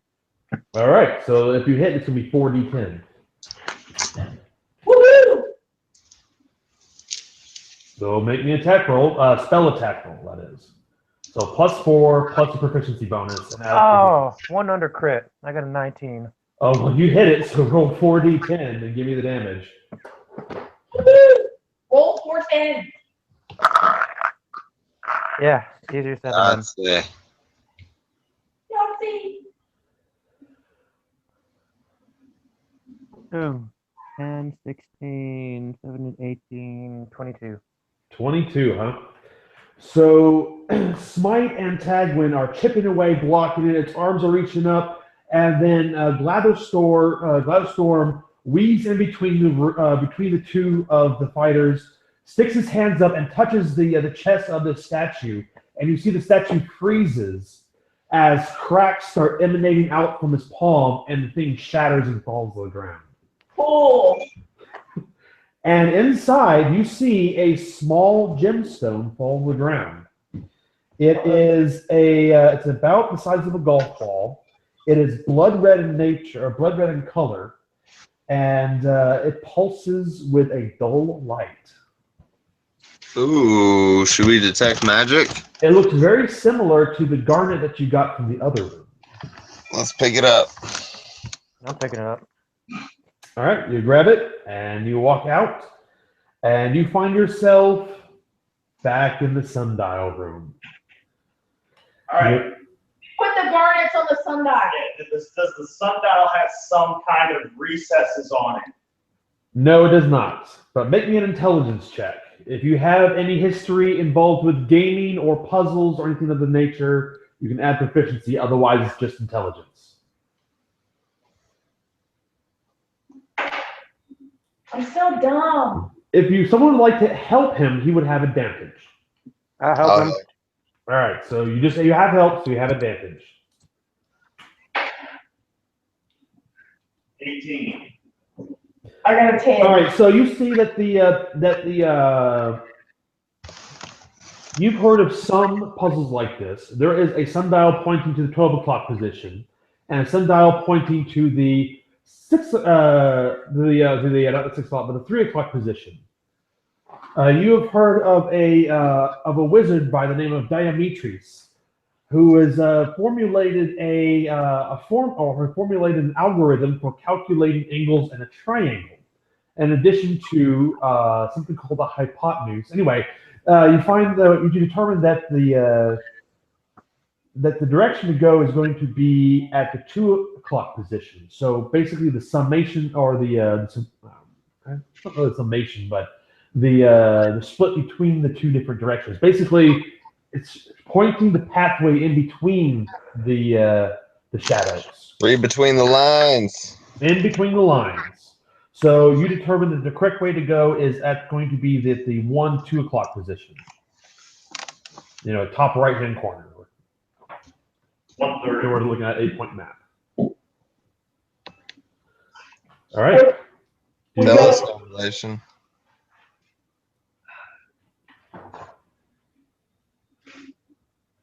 Let's go. All right. So you head down that pathway. Swords ready. Let's see. Nothing jumps out of the bushes at you. You go down the pathway for about 30 seconds, and you see there is another sundial in front of you.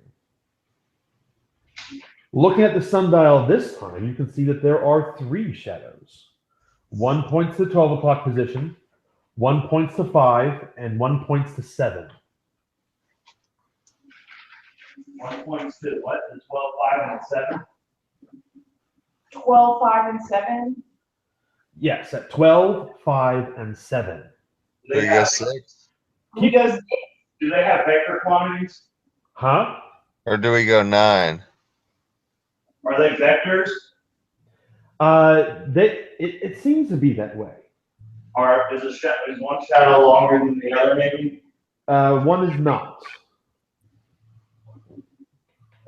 So it's pointed 12. Where is it pointed? 5 and 7.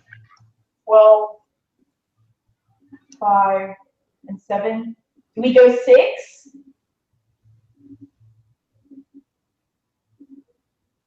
Let's go 6. 6, 9, or 3? Make a peace sign. Yep. So you have one that's pointing straight ahead, 2 that are pointing back. So one at the 12 position, one at the 5 position, one at the 7 position. So we go to 6.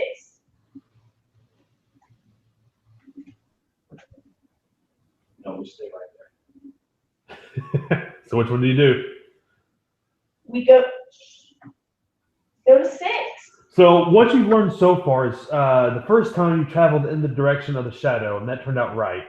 The second time you followed the direction of the shadow, that was wrong. So it seems that parts of the rules change. Parts of them don't. Let's go. So this Zonthal was one tricksy guy. Apparently, he definitely didn't want people just stumbling into his tower. Let's go back to 12 o'clock. No. No. I will need a consensus before we move on. If you can think of a check to make, a reason that you can make a new check, I will give it to you. And you still have Gil's intuition, so he can give you a correct answer once. Gil, should we go toward the 6? Are you all invoking his intuition right now? Does everyone else concur?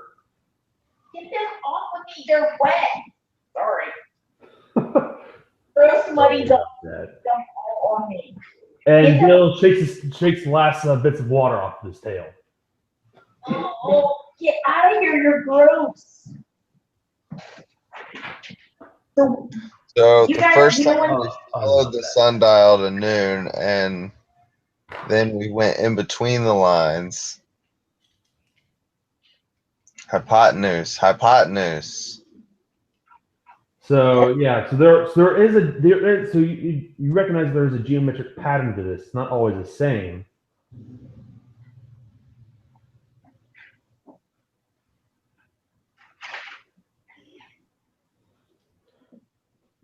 Like,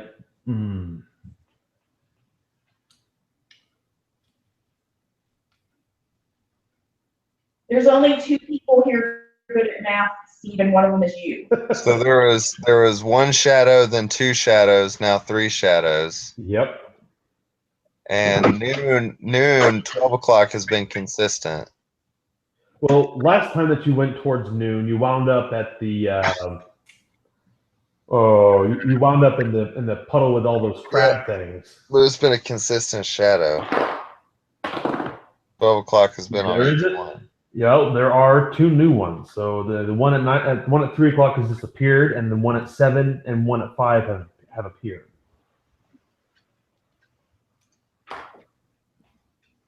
How about we go toward 9 o'clock? We can. Can we cast Gil's intuition? If everybody agrees with it, yeah, you can use it. Sure. Gil, should we go toward 9 or toward 6? Is everybody good with this? Yeah. All right. He looks down at it. He kind of sniffs it real quick. He looks back over his shoulder. He says, I think we should go to the 6 o'clock position. Okay. I said 6. I think the shield maiden is correct. All right. So there you have it. Okay. You guys go into the 6 o'clock position. Let's go.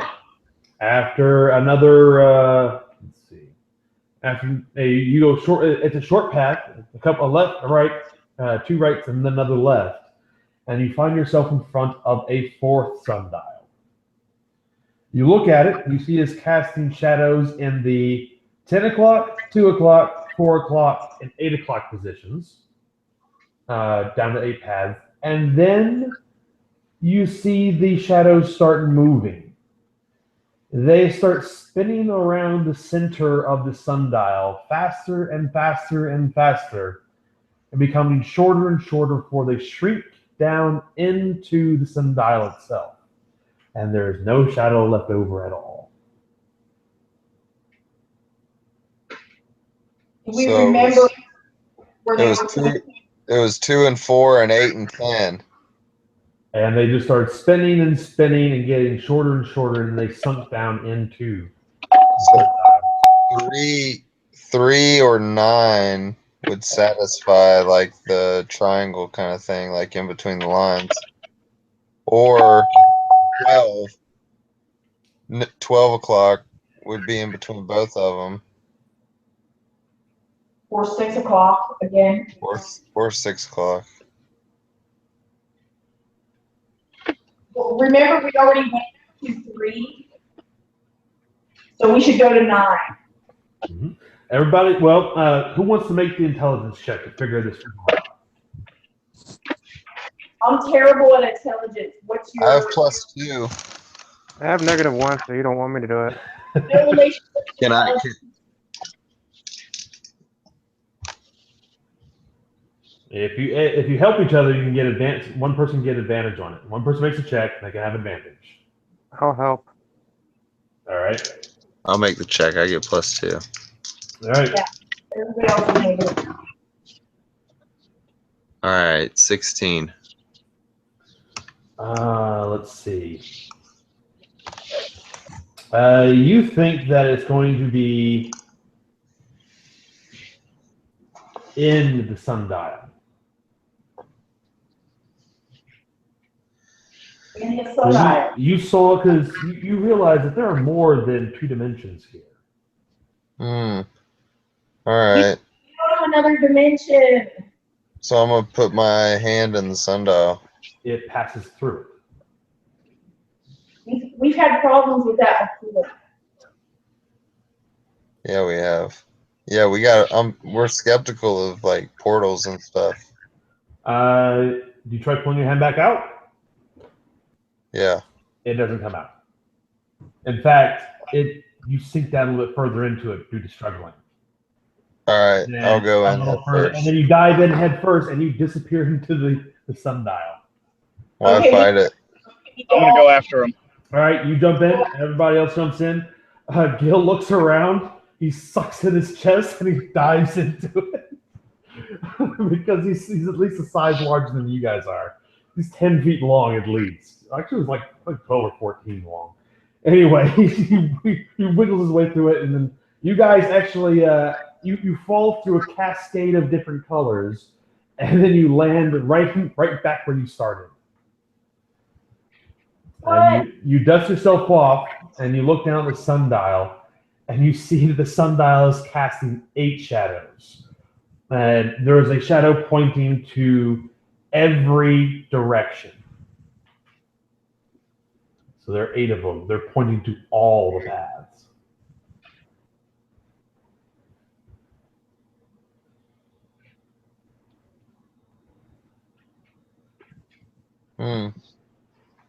So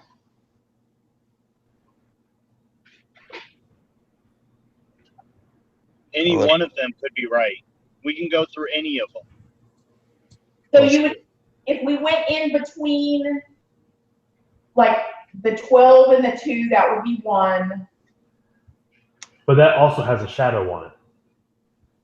There are only 8 paths, and they all have shadows pointing towards them. So we'll You can go go through. You can go through any path. It doesn't matter. Go through the 12 o'clock one because that 12 o'clock has always existed. Yeah, let's go. Okay, you go to 12 o'clock.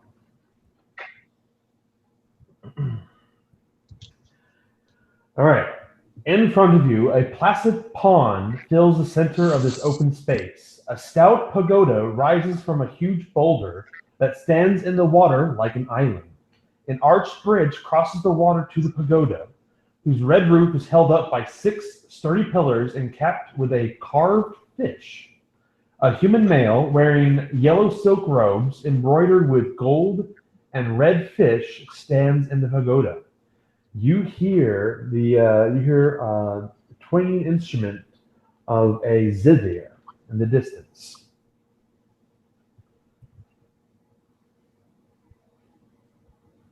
Interesting.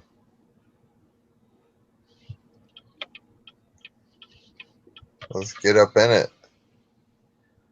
As you approach this man, he sees you and he turns and walks towards the pagoda. He sits down on the boulder where it protrudes to the floor of the pagoda. Around the boulder, you see that the floor of the pagoda is not wood, but rather a rock garden of colorful stones and brushed sand. A charcoal pit smolders beside the boulder where the man sits. You see that, let's see. Okay.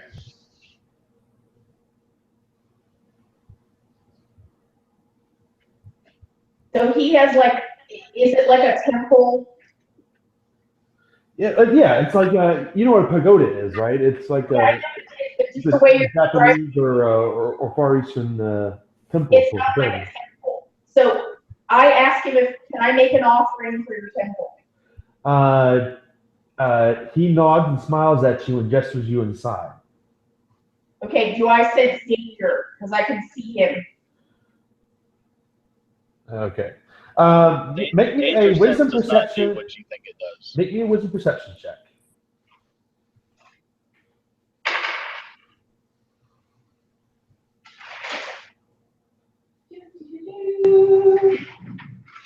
You may also give me intelligence arcana as well, if you wish. 22. Let's see. So something seems odd about this to you. There's something not quite right with this guy. And you realize that he is not human. He looks human, but he's not human. I say Smite, kill him. Let's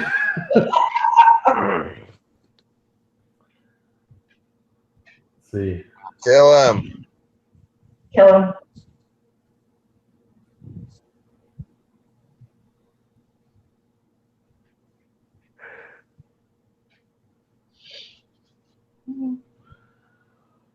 So he's sitting inside the pagoda on the stone and he's smiling at all of you. Yeah, I think he needs to go. What? I'm gonna ask him why he is here. Yeah, what's your business? He smiles again and gestures you over. And he Over says, the bridge? He says, come, I will tell you. Let's go. All right, so who's going to join him? I will. All right.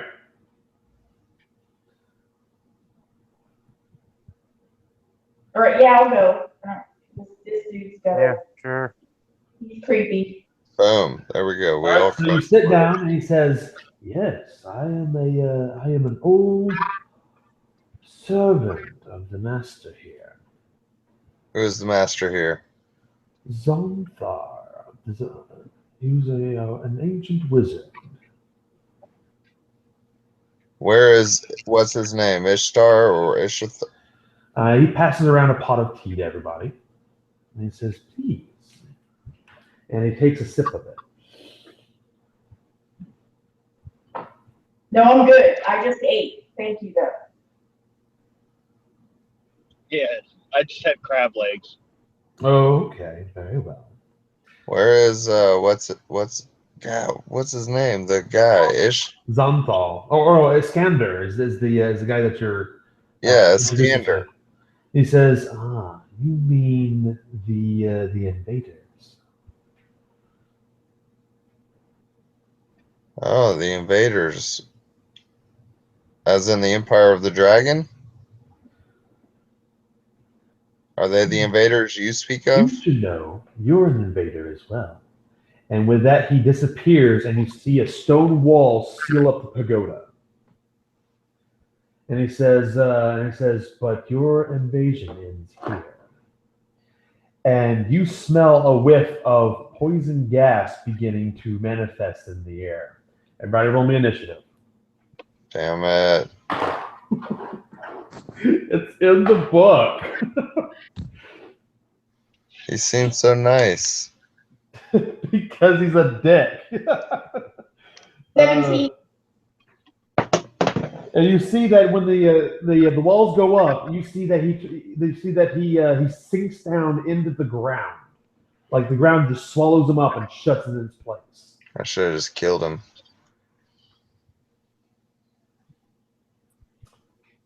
I said to kill him. I know, I should have. I should have just walked up there and split open his head. What's your initiative, Smite? 9. And Gladys Storm? 16. No relation? I need someone to roll it. Plus, Here, I'll roll it. All right. 22. 22. Okay.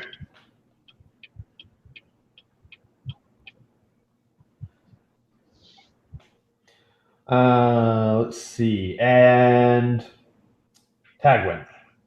I was 15.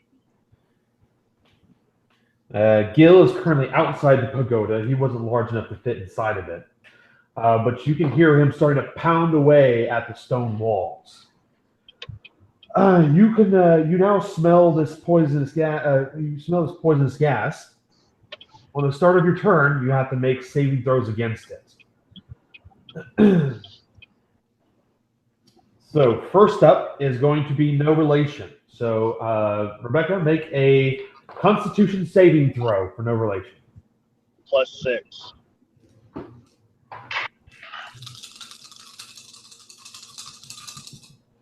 $15. 15, huh? All right, you save against it, but you'll take half damage, which is so half of 19 is going to give you 9 points of poison damage. What do you want to do with your turn? Do I see any weaknesses in the building or any way out? Up, down, left, right? No, you are in a stone box. Okay.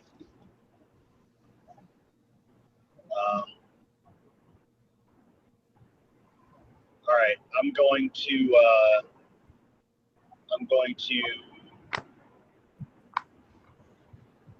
turn into a bear. Okay. Somebody make me a wisdom perception check before you do that. For no relation? Yes. plus 8. 13.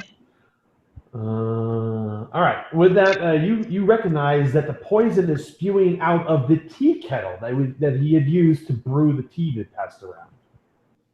It's Okay. pouring. It's pouring out this this poisonous miasma from it.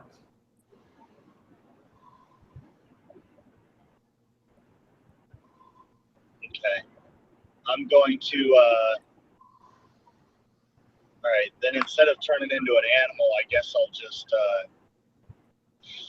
is there a way to contain it or something? You can try plugging it. Do you have anything? Okay. Do you have anything to plug it with? Rebecca, has everything on his character sheet? Not really. Wait, can I take a stopper out of a healing potion and stick it in there? Yes, you can. So you can you can pull it out and you can stick it in there. You feel a pressure building up behind it, but the flow of poison stops, and so the DC for the saves against the poison have been reduced. All right, that'll be your turn. Next up is going to be Glatherstorm. What do you do? Attack. Attack what? I don't know. The guy sunk into the ground. He's gone. I mean, really, there's nothing. Well, make me a Constitution saving throw. The poison is still in the air.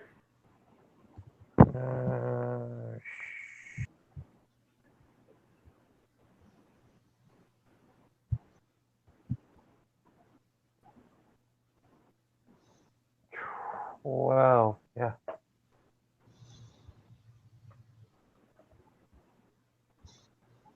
$12? Hear me? Yep, you make it. So you're gonna take half damage from this.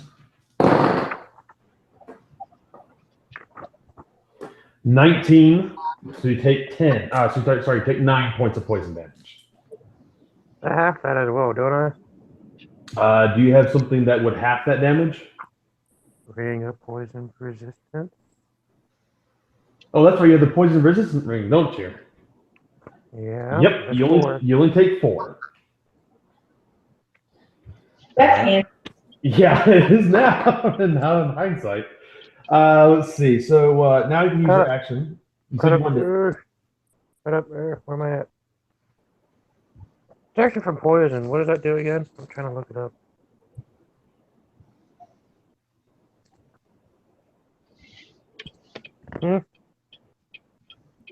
What did you say? Protection from poison. Yeah, you have a ring of poison protection against poison. No, I have a second level spell. Let's see if that's. Oh, do you have it prepared? Yeah. You can cast it. Let's see, how many people can you cast it on? Touch hour. You touch a creature. If there's poison, you neutralize the poison. If more than one You touch a creature, so you can cast around and you can neutralize poison, and you can give them advantage against saving throws and resistance to the poison damage. So you can basically give one person. So you can cast a spell to give one person basically the same, more or less the same effect you have. All right. Well, since I have the ring, I want to touch tag one. All right. So Tagwin, you now have advantage to the Constitution saves, and you'll also resist the poison. Okay. Let's see. And it lasts for an hour. Yeah. Next up is going to be Tagwin. Make me a Constitution saving throw.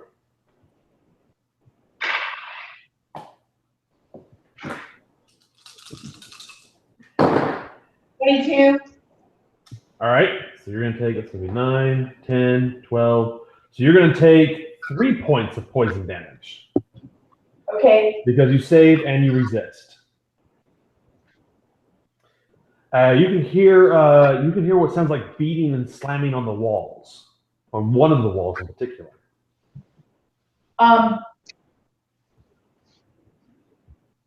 The wall that I can't really attack a wall, I don't think. Yes, you can actually. Okay, all right. I'm gonna attack that wall that I hear the sound. But can Gil hear me? Yeah, it's very muffled, but he says, Gwen. And I'm just gonna yell, and I'm just gonna say, kind of get clear of this wall. Because I'll bust this mother down. Yeah, I'm gonna attack this wall. Let's see what damage I can do to attack a wall. Okay. So I'm gonna hit the wall. Let's see. Does 22 hit a wall? Yes, it's actually. Would you believe me if I told you the AC is 5? Okay. So if you have at least a +4 to hit, you're going to hit it automatically. It's really a matter of how much damage you're going to deal. Actually, no. Well, as long as you don't crit fail, I guess. I do 16 points of damage to the wall. Yeah, you crack and chip it up a bit, but it's still going to it needs to take a lot more damage to get through it. Okay, I can hit it again, right? Yep, you have another attack. Oh, I'm doing good here, Vic, with this. That's important because you're slowly dying of poison. 19 to hit. Yeah. And 18 points of damage. Okay.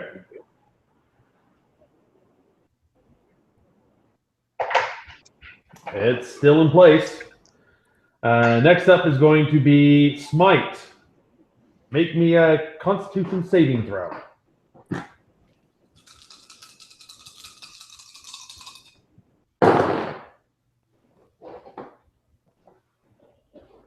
Grace is still there?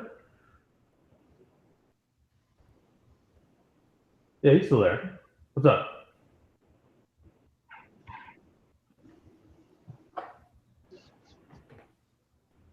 Smiley.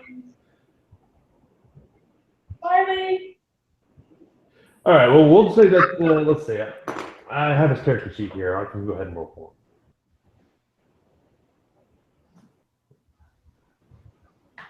So it's Constitution. He's got a +2. And plus his Charisma because of his aura. So he's got a +5 in this. It's a 9, which because no relation plugged up the hole in the pot, it actually saves. So he's going to take half damage. I don't think he has anything special protecting poison, just disease. But he rolls pretty good on this. So that's going to be a 4 plus a 4. So 8 takes half of that for 4 points of poison damage. All right. And I'm going to say at this point, between Gil tearing through the wall and between Smite tearing through the wall, you guys break through and you can start clearing out the poison and step out and take a breather. After searching around the area, you'll find that there is a jade gemstone inside of the tea kettle, and with that, you can pass out of this area. All right, it's 10 o'clock. We will pick this session up again next week. Wait. All right. Before we all. I believe this might be your last time. So. Yeah, before we all go in today, I'm gonna remind them why I'm leaving. So I tell everyone gather up, and then I say I got a letter from a friend far away. I've got a new mission to go on, so I'm going on that. I've got to leave, so you guys have fun. Just remember I'm a clerk, so if you feel an aura around you, it means he's praying, he's doing the murder prayer. Yep, going to kill. All right. Unless I'm done with politics. Thanks for playing, y'all Justin. go ahead with that. There goes our murder healer. Oh. All right. Thanks for playing, Justin. Take care. Thanks. All right. And see you next time, guys.